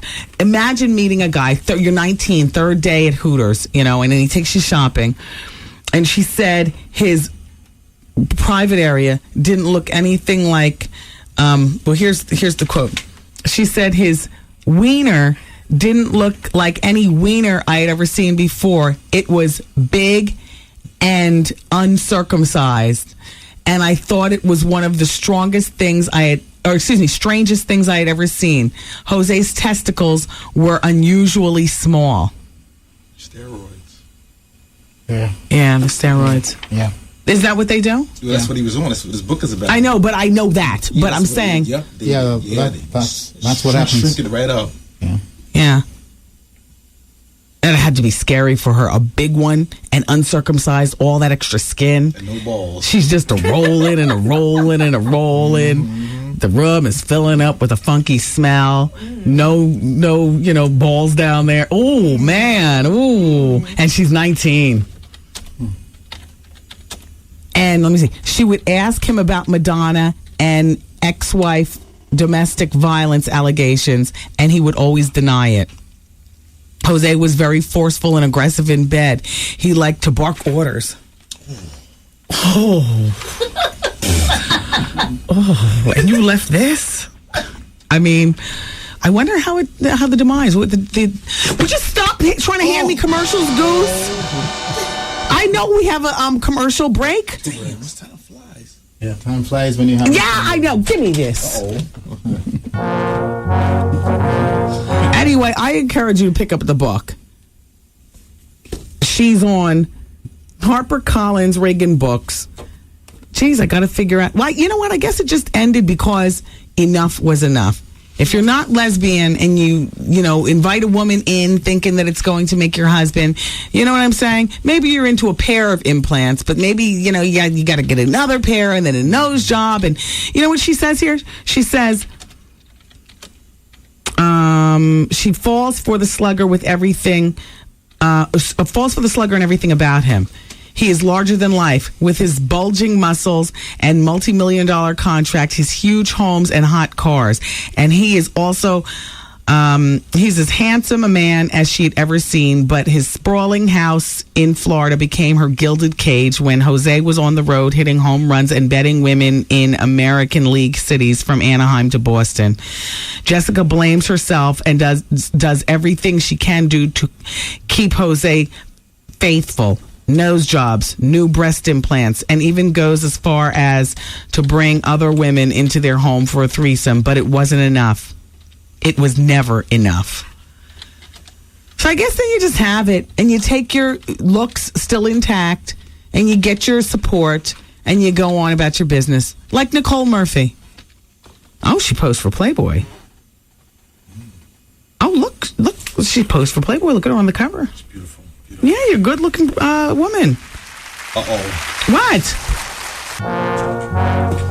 All right, we're going into we're going into a break.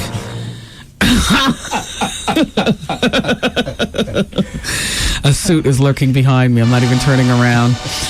Not a suit, the suit. All right, Mr. Livingston.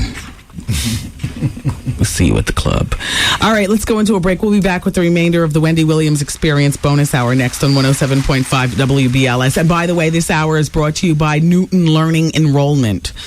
And caller number 10 right now will win passes for VH1's taping of the VH1 Hip Hop Honors. Right now, call 866-GET-WENDY. And this taping is going to be on Thursday, September 22nd at the Hammerstein Ballroom. Everybody's going to be there, from Curtis Blow, Kanye West, Faith Evans, Common, everybody. This is the VH1 Hip Hop Honors taping. And you can go if you're caller number 10 now. So dial carefully and good luck. 107.5 WBLS. What's up? This is Shanice, and you're listening to the bonus hour on 107.5 WBLS. Hey, what's up? This your boy Trey Songz, baby. You listen to the bonus hour on 107.5 WBLS. Chill. Britney Spears had the baby. It was a baby boy. A baby boy. Now the plot thickens because Kevin Federline is about to go on the road with his, what is it, a rap?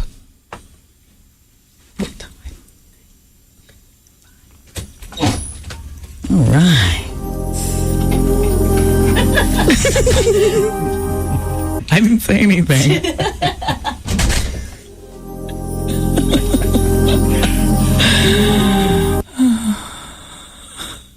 Hey. It's on. Anyway, she had the baby. Oh, damn, I'm all distracted now. I'm gonna have a good time tonight.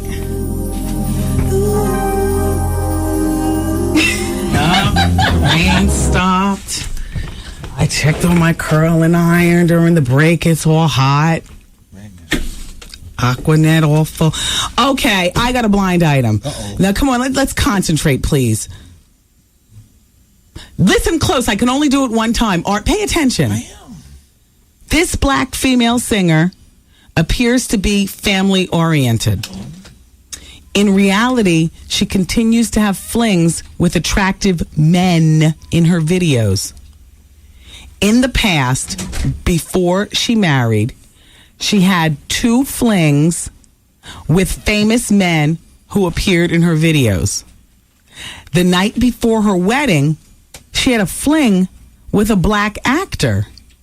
The same actor was a guest at her wedding the following day. When it comes to attractive men, marriage doesn't seem to slow her down. Now, here's the hint that Panache Report gives. Oh, thank you.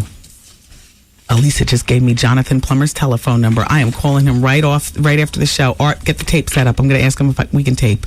Okay. In the meantime, here's the hint. The actor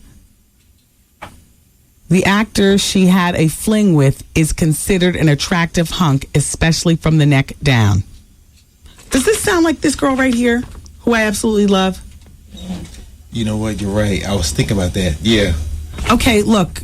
Goose, Ashina. That's what I was thinking. Oh, my gosh. I love her. She's got a new CD. That's exactly who I was thinking. I buy into the whole family thing. The kids and the husband and the family. Mm-hmm. Good. That just shows women can play that game too. Oh. Good. Oh, and she plays it real well. Oh, what? Mm-hmm. Oh, I love you even more.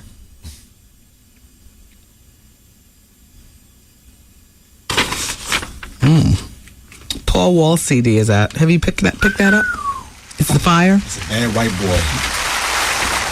And the Mega Millions lottery last night, well, the jackpot, I don't think anybody's won that $250 million, so you all keep on scratching.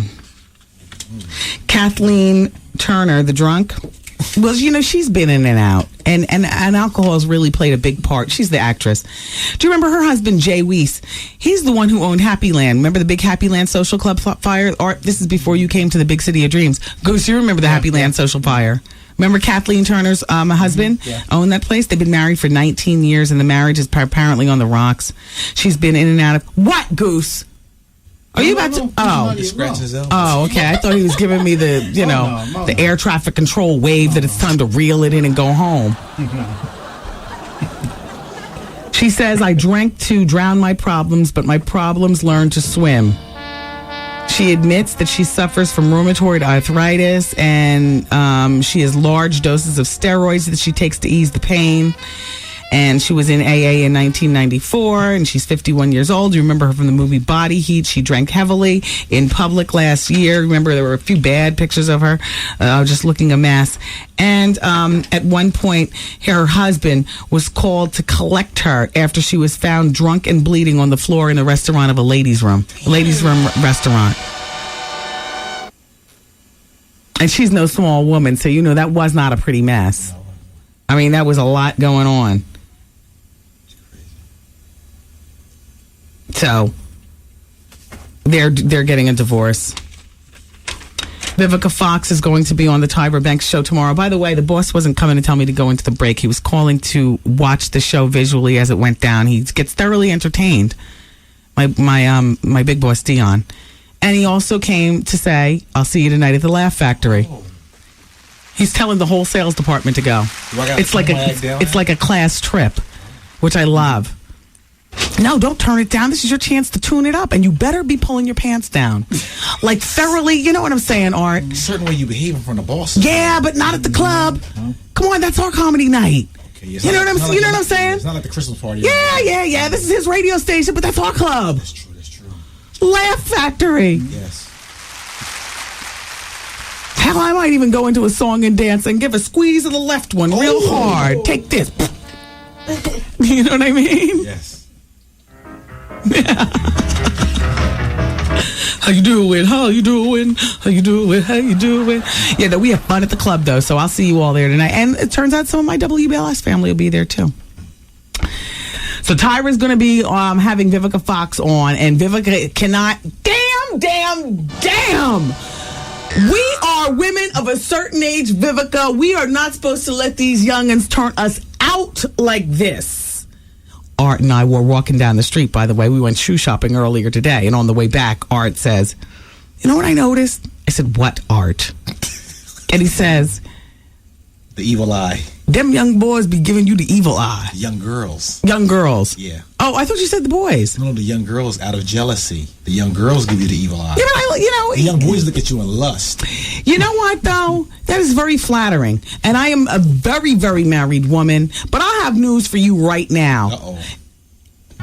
This what Vivica's doing right now, I just like it makes my stomach turn. Playing herself. Because Viv, come on, we are women. We are captains of industry. We have lived and still have more living to go. We have been scandalous, but we know how to keep that flair back there. I mean, Viv says, Tyra says on the show tomorrow, why do you think, all right, wait. Whoa. She calls, all right, give me this just in so I can be organized in my thoughts. I hate being rushed. Vivica Fox has some harsh words for her ex-sweetie, 50 Cent. She calls his way of dealing with their breakup ghetto love. The press about the relationship lasts longer than the relationship itself, the missing star told talk show host Tyra Banks, and she believes she was cast as the villain in the whole process. Why do you think the press does that? Banks asks. No, it wasn't the press, it was him, Fox replied, according to a source familiar with the show, which airs on Thursday. He was like, she's exploiting me. She's trying to use me to get publicity. But I just considered that ghetto love. It was his way of dealing with the breakup. Fox also said that she has 13 tattoos. One on her arm that says strength, courage, and wisdom is due to 50 Cent. Oh my God. No, you didn't. No, you didn't. Hey. No, you didn't. No. No,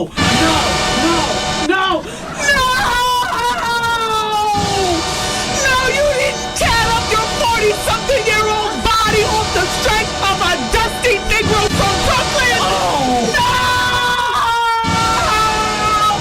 Take me out! I'm out of here. Goodbye. Keep that.